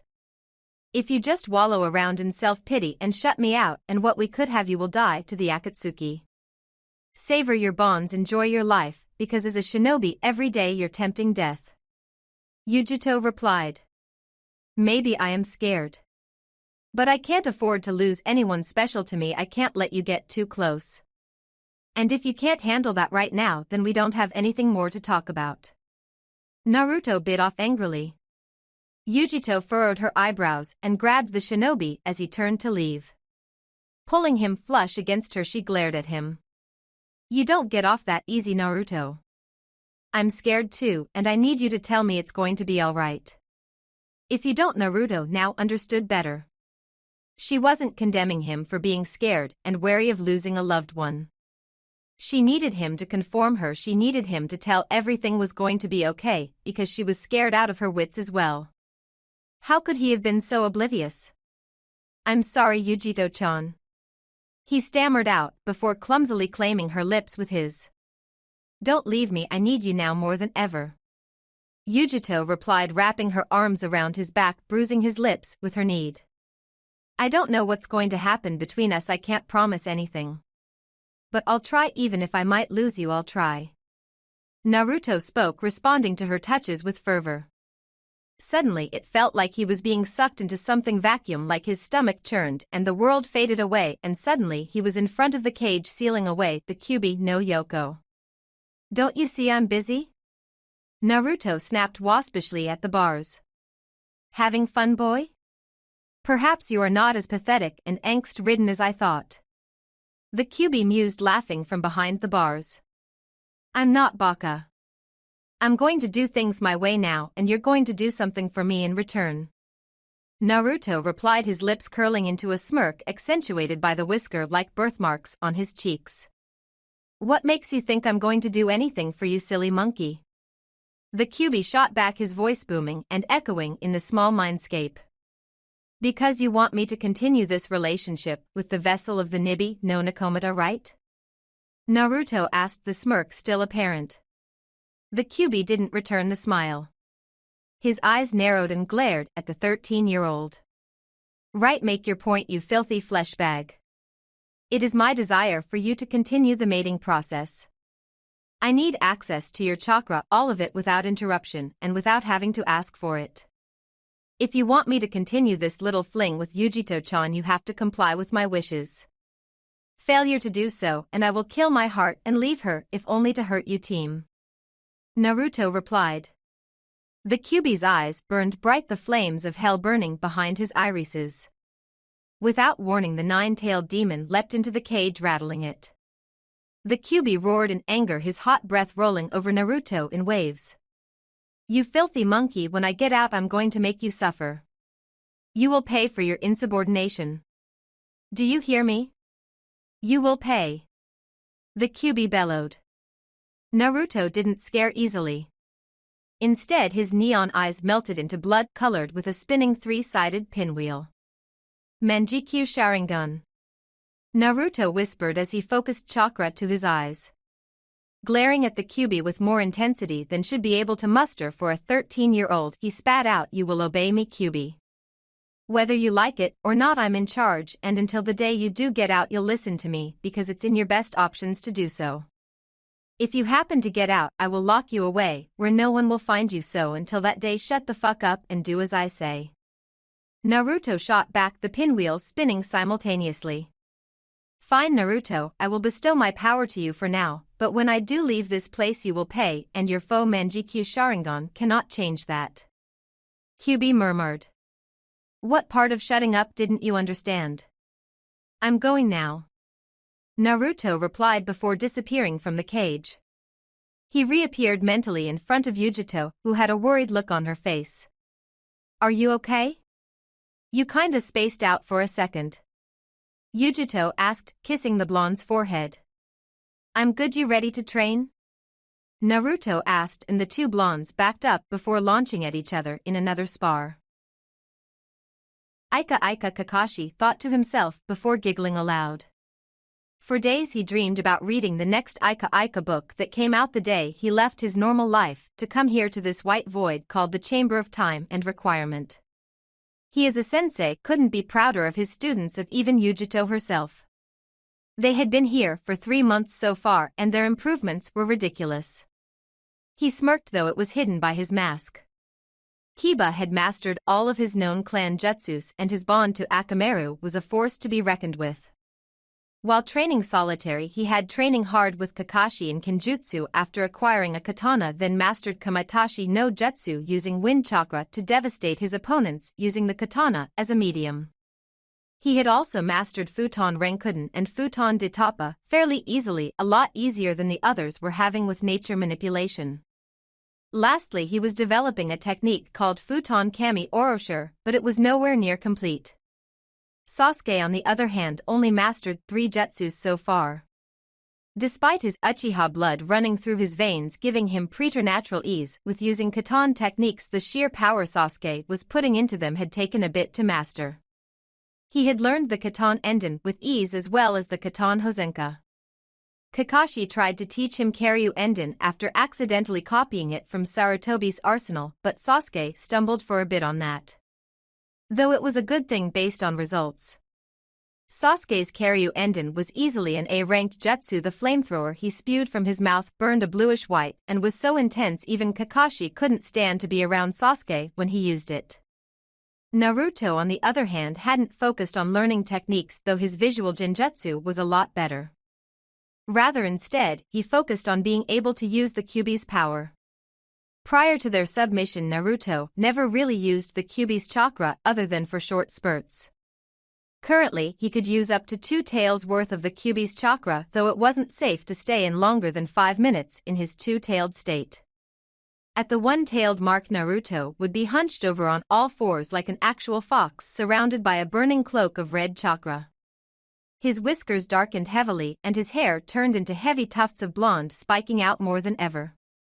His speed and power increased heavily and he didn't suffer too much from the use. In his 2-tailed state, though, Naruto's eyes were burning rubies with an unnatural black slit running down the middle of the iris. His whiskers darkened more and his power increased. The only problem with his 2-tailed mode is that Naruto would develop Kyubi-like instincts, and after 5 minutes the chakra overwhelmed him and he couldn't differentiate between friend or foe. Thank Kami for Yamato, Kakashi thought. Yamato simply was the only thing short of Jiraiya's suppressing seals that would cause the vile chakra to return to its prison of flesh. Why am I not good at these lightning release jutsus? Naruto demanded, looking very much like an impetuous 13-year-old. Kakashi looked up from the smut that passed off for a book and gave Naruto a patented eye smile. He knew Naruto thought it was creepy. Simply put, you have too much chakra. While you have good control, the chakra is so dense that Sitten jutsus will be unavailable to you. Lightning is fast and powerful, but it requires such subtle finesse and control that even most Kumo shinobi don't truly masters it. So until you can completely control your chakra, perhaps it's best to continue training with the Rasengan to improve your chakra control as well as create new Raiten jutsu by mimicking the Chidori. Hopefully by the time we're done here, lightning manipulation will become second nature to you. Kakashi spoke gently. Is it possible to have more than one elemental nature? Naruto asked quizzically. It's possible, but most people are jounin and strong ones at that before attempting that.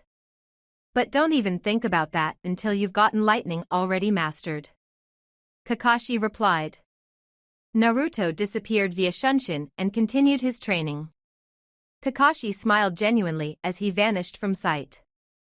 Though he couldn't help but wonder how much stronger Naruto could have been if he had been there from the start. Then again, maybe he would have been weaker and Sharinganless. Kakashi was a man who had lost a lot. His best friend Obito, his first love Rin, his sensei Minato, his father Sakumo, and his mother who he never knew. One thing he gained out of all those losses was that it wasn't good to dwell on the past or the what-ifs, but rather strive for a better future. Even though Naruto had mastered the Rasengan elemental composition of lightning, a ton of lightning jutsus, some of his own creation, he still couldn't combine the Rasengan with lightning chakra. He had even finished mastering wind chakra, much to Kakashi and Kiba's surprise. His mastery of wind was second to Kiba after a full year had passed in the Chamber of Time and Requirement. Using Kage Bunshin, he cut the training short to 1 full month, developing an S-ranked technique called the Futon Rasengan and the SS-ranked Futon Rasen Shuriken. But yet he couldn't manage to do that with the lightning chakra. Worst yet was that he couldn't even use his SS-ranked technique due to the damage it did to his chakra system. Wind chakra in his Rasengan was apparently a double-edged sword.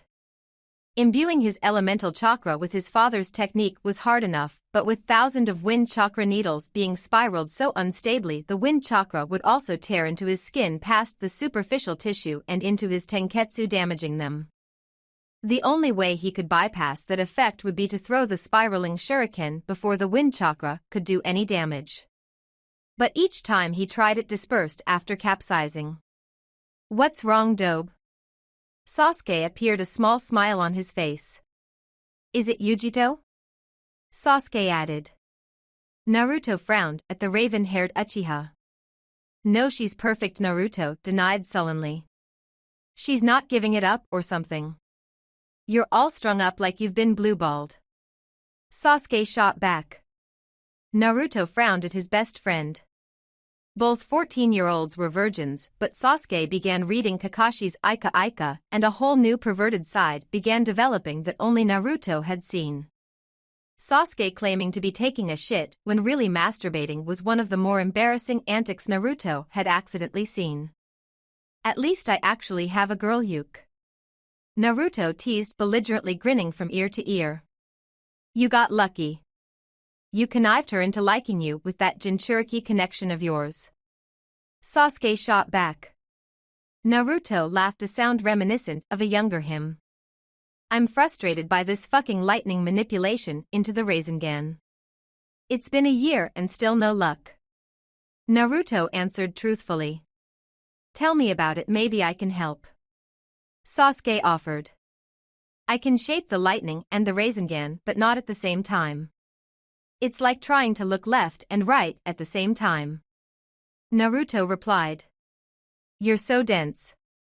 I can't believe you haven't figured it out." Sasuke replied after he pondered it for a few seconds. "You tell me then, Uchiha genius."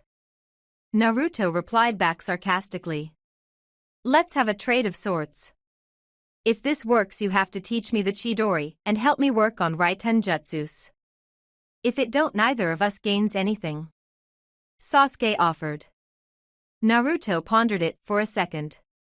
"Fine, but only because you'd end up copying them anyway." Naruto replied. "Kage Bunshin." Sasuke spoke dramatically after a few seconds. "Huh? I've been using Kage Bunshins to train and it still hasn't worked." Naruto replied. "No, listen, you described it as looking left and right at the same time, right? What if you used a Kage Bunshin to help you form the lightning chakra while that could work?" Naruto interrupted him emphatically. Forming a half-seal, he willfully summoned a Kage Bunshin into existence silently. "Damn, you're getting better with the Bunshin," Sasuke commented. "That isn't nothing, wait till I get the quirks done on my Konoha Rai Bunshin no Jutsu." Naruto spoke. The summoned clone looked at the original. "What do you need, Oyabun?" The clone spoke. "I need you to help me by adding lightning chakra to my Rasengan." Naruto spoke. Holding his arm outstretched hand open, he began summoning chakra, focusing on an invisible single point in the center of his hand, watching with glee as a swirl of blue began to take the shape of a sphere. The chakra continued to swirl unstably, forming a vortex solely held back by a sphere of chakra. Now! Naruto commanded. The clone leapt into action and began to summon lightning chakra to his hands as he held it over the Rasengan in the original's hands. There was a screeching sound, and the lightning chakra made the Rasengan hot mini lightning storms inside the sphere of chakra before a ring of chakra surrounded the sphere like the rings of Saturn. The clone backed off upon the attack's completion, but not far enough, as Naruto decided to test the attack on his own clone. Rushing forward, there was a sickening screech sounding like 1,000 dying birds, the rings surrounding the Rasengan spinning wildly, shocking Naruto himself. There was a feeling of being sucked into a vacuum similar to his Chidori and Nami, and suddenly he rammed the Raiton Rasengan into his clone, grinding it into his as the sphere exploded uncontrollably into a wave of lightning chakra that blew out of the clone's back before it exploded into a cloud of smoke. Good thing I gave him extra chakra, Naruto duly noted. Sasuke looked at his best friend in shock. That last attack had easily been a high A-ranked, borderline S-ranked technique. The Raiton Rasengan had a ring of lightning chakra surrounding the technique to deter any incoming opponent's attempt to disrupt it before the sphere of chakra connected, grinding and electrocuting the opponent. Finally, the sphere imploded, blowing a hole through the target, releasing lightning chakra on the way out. All in all, it was an awesome technique with room for improvement. That's a pretty devastating technique, Sasuke complimented. But not enough, Naruto replied, summoning more clones. The screeching sound of the Raiton Rasengan continued for another hour, Naruto refusing to stop training. Yujito looked at her boyfriend from her peripherals. He inspired her by his relentless training. She liked that he refused to give up, like right now he was trying to master the last jutsu he had to master. She didn't even know what it was. He refused to let anyone see it until it was perfect, but she did catch him drawing seals for the last couple months as he practiced his Fuinjutsu. Not that Yujito slacked off and stared at Naruto. Without the Yukai, she was the strongest in the whole group as long as Sasuke and Kakashi didn't use the Sharingan. That was the only edge those two had, but the Sharingan wasn't enough to save Naruto. She beat him constantly in spars, though it was always close battles. Even Kiba had surprised her with his sheer power. Though he was about as strong as Naruto, he didn't have the advantage of Naruto's Yukai, or vast arsenal of highly destructive jutsus, or whatever Fuinjutsu Naruto was working on. Kiba was easily low Jounin level as well as Naruto. Sasuke, Yamato and Yujito were elite Jounin level, while Kakashi was borderline Kage level. Both Naruto and Yujito in their two-tailed states were easily Sannin level, and Naruto in his four-tailed state was Kage level, if not beyond. Their training was nearly complete. They had actually stuck around for 2.5 years to train at Naruto's request so he could complete something he was working on. Several days passed and finally Naruto walked up to the group at their makeshift quarters. They had stopped training and were merely waiting for Naruto to finish. "I'm done," he exclaimed, completely out of breath and sweaty. "What were you working on for the last year?" Kakashi asked the 15-year-old. "TSK, a ninja never reveals his secrets unless necessary," Naruto quoted. Kakashi gave him a creepy eye smile. "Roger, are you ready to head back, Naruto?" the 29-year-old Jounin asked. "Yeah, let me shower up and get changed. I don't want to go back to Konoha all smelly," Naruto replied. Heading over to the baths, he looked over his shoulder and looked at his girlfriend. "You coming?" Yujito smiled before running to catch up to Kyuubi's vessel. Jiraiya smiled, already missing his godson. He hated the fact that he was Hokage and didn't get to spend time with him because he really did want to make up for the last few years that he wasn't here. There was no true excuse he could offer for his absence, but he hoped to make a better future. A world full of peace where there was no hate or suffering before he could even blink. The scroll that was laid out on the deck in front of him leading to the Chamber of Time and Requirement was set ablaze, then exploded into smoke, and suddenly he was no longer alone in the room. As soon as the smoke cleared, he looked at the people in front of him. Some looked the same as they had when they left 2 seconds ago, but the genin that had left had returned, grown men and women. Kakashi and Tenzu were in the same jounin uniforms that they had left in the standard black outfit with green jounin vest. Kiba though had on loose black pants with the ends bloused with bandages and standard black shinobi sandals. He had on a chainmail shirt with a black collared jacket covering it up. A long katana was in its scabbard with the strap around his chest. The small puppy was no more either. Instead, there was a horse-sized dog in its place. Seeing the Hokage's eyes lingering over his frame, Kiba saluted. Inuzuka, Kiba returning for duty, Hokage-sama. Jiraiya nodded. Looking at Sasuke, the duck-headed Uchiha looked vastly older and held an aura of power surrounding him. He had on black pants with a black GI shirt that had an extended V-neck to the middle of his chest. A blue sash was wrapped around his waist with a kodachi in its scabbard. The baggy pants were tapered with bandages and he had on black shinobi sandals as well, with his hitai 8 wrapped securely around his forehead. Then there was Niyujito, who was a bombshell in her own right. If Jiraiya hadn't known she was just 16, he probably would have drooled all over himself and offered her a lot of money to get between her thighs. She was in a tight spandex bodysuit with a gold umbu-style chest plate. Rather than sandals, she had golden leg warmers with black combat boots. Lastly was his godson, and Jiraiya couldn't stop looking at him in a non-homo-ish manner. He looked more like his father than ever. His blonde spiky hair was wilder than ever, with no hitai 8 to hold it in place, was spiked out everywhere. He had tied the back end of his hair in a small ponytail, and his whiskers were less pronounced, giving him an almost normal look. He had on black baggy pants as well, like his friends, tapered with bandages tucked into his black sandals. But that's where the semblance ended. He had a black undershirt with a black high-collared short-sleeved cloak. In blazing red kanji in the back was Oni no Konoha, Demon of Konoha. "You look different, Naruto." Jiraiya commented. His eyes wanted to tear up at the sight of him. "Hi, Hokage-sama." Naruto replied dully.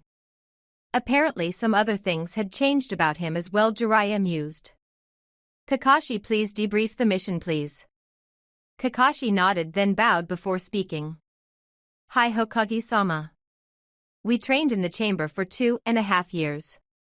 Upon entrance, we ran into an intruder who claimed to have been the creator of the chamber, but he proved to be non-hostile and departed thereafter. I myself am borderline Kage level and extended my repertoire to 1500 jutsus. Niyujito is easily an elite jounin, more than capable and loyal to Konoha, a taijutsu master with a few high-ranked genjutsus under her belt. Her ninjutsu repertoire is on par with jounins, though most are Raiten jutsus.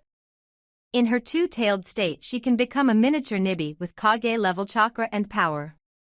Sasuke is an elite jounin level as well, with jounin-level chakra, Kage-level ninjutsu and Kage-level genjutsu, and his jujitsu is unheard of, bar Uchiha Itachi.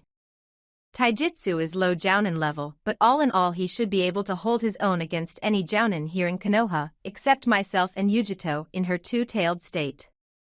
He has mastered Katan and Raiten jutsus as well as elemental recomposition for both.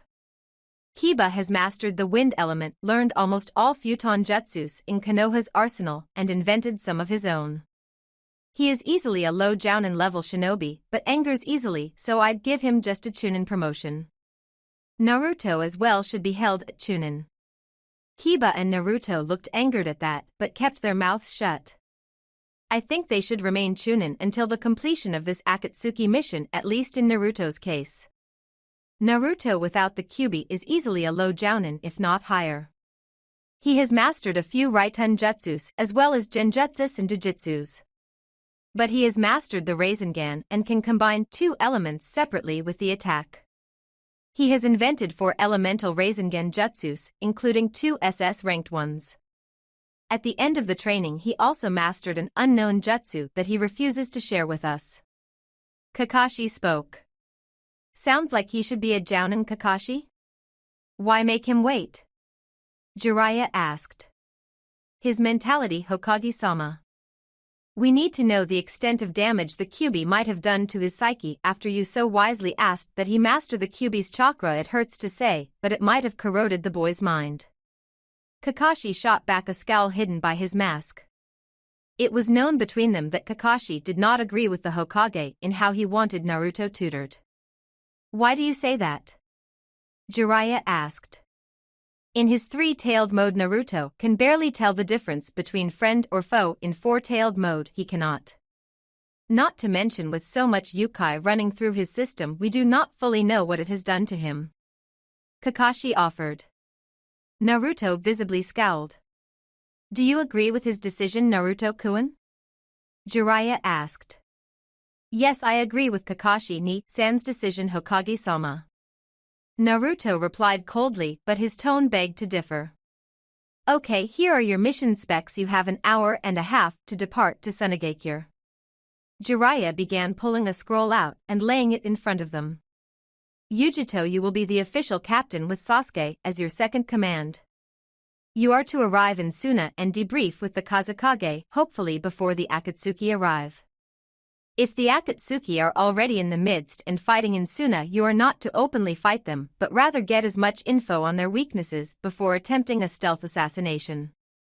If that fails, then let's hope your training was worthwhile. Jiraiya ordered calmly, hiding his worry for his blonde godson. Hi Hokage-sama. You are all free to leave except Naruto. Jiraiya ordered, and Naruto blanched but managed to cover that up. The other shinobi departed in a swirl of leaves via Shunshin until it was just godfather and godson in the room. Hokage-sama. Naruto spoke lowly before kneeling on one knee in front of the older shinobi. Naruto, don't kneel in front of me, it's embarrassing. Jiraiya replied, pulling the younger shinobi to his feet. Please call me Jiraiya, or even Ero Sanin, anything but all that formal shit. Jiraiya demanded. Hi Jiraiya-san. Naruto offered calmly. Nervous? Jiraiya asked. The fifth fire shadow of Konoha watched the emotions fleetingly flicker on the teen's face. Yes. But do not worry, the mission will be executed flawlessly. Naruto retorted. I don't doubt that if you're anything like your father. Jiraiya complimented. Normally Naruto would have been angered and replied with an I'm not. But instead opted to be polite. Thank you. Naruto spoke emotionlessly. Just don't die, Naruto. Give this old man one last chance to get to know you. Jiraiya replied sadly. Give me a chance to make it up to you, just don't die, kid. Jiraiya said with a note of finality. Naruto took that as his cue to leave, walking out, but not before looking over his shoulder one last time. I promise. A silver-haired spy stood in front of one of his masters. Pushing his glasses on his face more out of habit than necessity, he looked at the serpent Sannin with wary caution. I have informed the Akatsuki of Jiraiya's intentions. Not even Itachi could battle the Sandame and walk unscathed even in his old age. Kabuto reported, noting the gleam in his Shursho's eyes. Good job, Kabuto-kun. I can't believe the old monkey is going to fight again, all to gain one boy's forgiveness. Such foolishness, and to think that without you I would have never known and missed such a wonderful sight. Prepare to depart, Kabuto. We will watch from the shadows, and hopefully at the end of this battle Sarutobi will be dead and I'll have marked one of the Uchiha. Orochimaru spoke silkily. It is a pleasure to serve you, Shursho. Kabuto replied softly, his adoration for the Sannin growing despite his pledge to Akasuna no Sasori. I will have the Sharingan and will not settle for less. Orochimaru responded before letting out a creepy laugh. It seemed as if it were just getting worse for the Konoha ninja. The courier pigeon flew overhead before a black tendril shot through his chest, ripping him from the skies and sending it plummeting to the hard earth down below. The tiny scroll attached to its leg was pulled free from its fleshy prison and opened up. Haiden and Kakuza change of plans. Konoha is sending reinforcements for the Jinchuriki, as in the Sandame Hokage and Sharingan no Kakashi, as well as other elite jounin. You two are to head to Sunagakure immediately and help your fellow Akatsuki members. Feel free to collect any bounties on any of the non-Jinchuriki combatants. God has spoken. Pain that will be a lot of money. A dark eerie voice spoke belonging to the greedy treasurer of the Akatsuki. His partner was in front of him, head bent low in prayer to his violent deity. After hearing his partner's voice for the first time in an hour, purple eyes opened and the silver-haired Jashinist looked at the treasurer. You interrupted my prayer to Jashin-sama to talk about money. Haydn replied angrily, his purple eyes alit with anger. What have I told you about that, you dirty heathen? Shut up or I'll kill you. Kakuzu demanded, his eerie green eyes boring into Haydn's. Pain has ordered us to head to Suna and back up Itachi and the others. Kakuzu continued. Fuck them. Haydn spat out. If they can't handle a few weak Sunanin and 2 Jinchuriki, perhaps they shouldn't be in Akatsuki. Haydn replied, his fingers adoringly caressing the necklace of Jashin. Leader has ordered it, so perhaps I should tell him of your insubordination. Kakuzu offered silkily. You dirty motherfucker. Haydn snapped angrily, his purple irises bulging out of his sockets. When the time comes, not even pain will stop Jashin from reaping vengeance for his faithful servant, and on that day Kakuzu will find out who's truly immortal. Returning the glare he was currently receiving, he stood to his feet. Jashin-sama will receive plenty of sacrifices. Let's go, Kakuzu. Haydn ordered before storming off to placate himself, knowing he had the last word. I will kill him. Haydn thought to himself. You have arrived, it took you long enough. The Sandaime Kazekage spoke to the arriving Konoha shinobi. They were out of breath, seeing as it had taken them a day and some change to make a 3-day trip. Rather than responding right away, they popped a soldier pill to replenish their strength. Tired already, and this is the best that Hokage could send. Perhaps Konoha is weak after all. The Kazekage continued smugly, and Yujito and Sasuke were tempted to kill him right there. They stood in the Kazekage's elegant courtyard, a view of the sandy village illuminated by the harsh sun and wind. It appears to be quite the opposite, Kazekage-sama. After all, it was you who requested our help, appearing much weaker than Konoha in the process. Naruto replied mockingly as he kneeled on one knee. Watch you, tongue boy, for my patience is fleeting as my mercy. The Kazekage snapped. I guess we have something in common then. Naruto responded. Though Yujito was the Taicho of Team 7, they all knew who truly was in charge despite being the chunin of the group. I just might kill you, boy. Not if you're already dead, Kazekage-sama. Naruto replied, smiling as the Kazekage looked ready to attack him. We have received full authority to drop the mission should you prove to be troublesome. We already started allying ourselves with other nations, and if you don't be careful you might outlive your usefulness, therefore no need for us to be allied to you. Naruto reported, his neon green eyes alight with mirth. But I already paid, the Kazekage stuttered out. And we have your money here with us. If you choose to be a hassle, we'll return your money and leave you to fend off the Akatsuki alone. I am not here to play games or suck up to you, Kazekage-sama. I will not allow you to walk all over our team and do as you please. We are here to fight and fight only, nothing else. So unless you have anything useful to say, I suggest you get a servant to set up our quarters while we wait out the Akatsuki attack. Naruto continued. The Kazekage's eyes burned in anger. This is bullshit. Suna has always helped defend Konoha since our alliance, and you dare threaten us? Sabaku no Urameshi demanded. You have also attacked us, and only after a sound defeat did you join us in an alliance. More to save face than admit defeat. We're not threatening anything, you are. Naruto informed him. Very well. The Kazekage conceded. The Kazekage's kids stood off in the back watching the group warily. The oldest Temari, if Naruto remembered, was looking at him with something akin to adoration, but he brushed it off. The oldest son Kankuro looked at him with defiance and pride, as if Suna's pride was held on his shoulders. The last Gaara vessel for the Ichibi no Shikaku was a creepy little redhead who looked as if he wanted to devour Naruto. "Mother wants your blood." Gaara informed him, his hand over his blood-red tattoo on his forehead stating love. Looks like the boy was lacking a lot of that, but with a father like the Kazekage it was easy to see why. "Shut up, Gaki," Naruto replied, looking over at Yujito. Yujito smiled at her boyfriend, wanting nothing more than to be in a peaceful Konoha in his arms, telling him how much she cared. Neither had said the special three-worded saying the whole time of their relationship. Their feelings were so muddled and confusing with their bonds and demonic interference that neither wanted to say it unless they knew they truly meant it. "Temari, take them to their quarters," the Kazekage ordered, and the blonde shinobi in a white kimono beckoned their attention to follow her.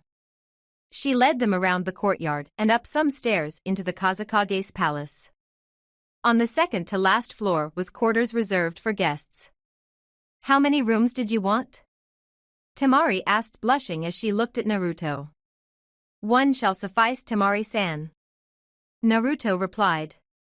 "It seems you have me at a disadvantage. What's your name, Shinobi-san?"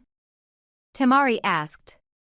"Oni no Konoha," Naruto replied waspishly. "Demon of Konoha, let me guess, a Jinchuriki too?" she asked, and Naruto and Yujito visibly bristled. "What's wrong?" she asked, unsure of what she had done. "We hate that term." "The power of human sacrifice," Naruto said, snorting in disgust. "I apologize, Oni-san, I didn't mean to offend," Temari replied hastily, bowing low. "It is not your fault, you don't know any better," Naruto spoke softly. Before any more could be said, there was a blare of trumpets. 7 trumpets sounded off one after another. Naruto looked at his team, perplexed. "We're under attack. The trumpets mean we're under attack." Temari spoke, her eyes hardening as she pulled out a battle fan and prepared to battle off the attackers.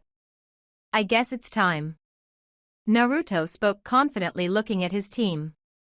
"Itachi," Sasuke whispered before his eyes turned blood red. 3 black commas spun vicariously in blood red eyes. Their trek to Sunagakure was over. Itachi mused, tossing his straw hat to the side and unbuttoning the top button to his black high-collared cloak with red clouds appearing ominously. His 3 partners in crime were behind him, well, 2 of them anyway. Deidara was in the clouds aboard a clay bird looking for an opening to start an aerial attack. Hoshigaki Kisame was smiling crookedly through shark-like razor teeth, holding his beloved Samahada in front of him, ready to shred the flesh of any opponent. The blue-skinned member of the Akatsuki was creepy, though Itachi would never admit it beneath his callous, emotionless facade. Lastly was Sasori, lingering behind them, poison tail arching in the air like a poised scorpion under his puppet body, making him appear to be a short fat man with a scorpion tail, of course. But it truly made his opponents underestimate his speed, resulting in their deaths most of the time unless he was taking on Itachi. Itachi unleashed a fireball that broke through the village's front gate, sending splintering wood flying all over. A platoon of guards came running down and swiftly fell to a single-held kunai of Itachi's as he sped up and slid in between the ranks, slicing throats, looking like an afterimage, blood spewing in the air. Kisame smiled at the carnage before he too swung his Samahada, shredding the flesh of everything it came across. Sasori's poison tail whipped in and out of the remaining platoons, the poisoned shinobi falling. Sasori smiled underneath his wooden exterior, the sands beneath his feet bloody, reminding him of his name, Akasuna no Sasori. Before Kisame could move an inch, there was a black blur and suddenly a fist was rammed into his stomach. "Don't move a fucking inch." A blonde, powerful shinobi stood in front of them, and for a second they all thought it was the Yondaime Hokage reincarnated. Sasuke and Yujito appeared behind him, both of them with their kodachis drawn. "You look older, foolish little brother," Itachi spoke cruelly, appearing behind Sasuke, a kunai at his neck. "You look stupider," Sasuke replied before vanishing into a cloud of smoke, revealing that it had been a Kage Bunshin. The 3-leaf nin squared off in front of their Akatsuki opponents. "One's missing," Naruto reported to Sasuke and Yujito. Let the Kazekage deal with it. We'll be busy here. Sasuke spoke, his Sharingan eyes boring into Itachi's. Sasuke stood in front of Itachi, wanting to say so many things, unsure of how he'd react to his Nissan. Naruto stood in front of Kisame, ready to bust out every sharp tooth the bastard had, ready to test his mettle with the fabled Akatsuki. Yujito was impassive, arrogant in her stance, going through a set of hand seals as she readied herself to kill the one called Sasori. The 7 trumpets were blown again, before the doomed musicians exploded in a fiery blaze. Akatsuki was in Sunagakure. Thank you for your views, likes, subscriptions, and overall support of my ongoing efforts to bring great content to all of you. Check out my Patreon for more mature fanfiction. The link is in the description and like everywhere on my channel.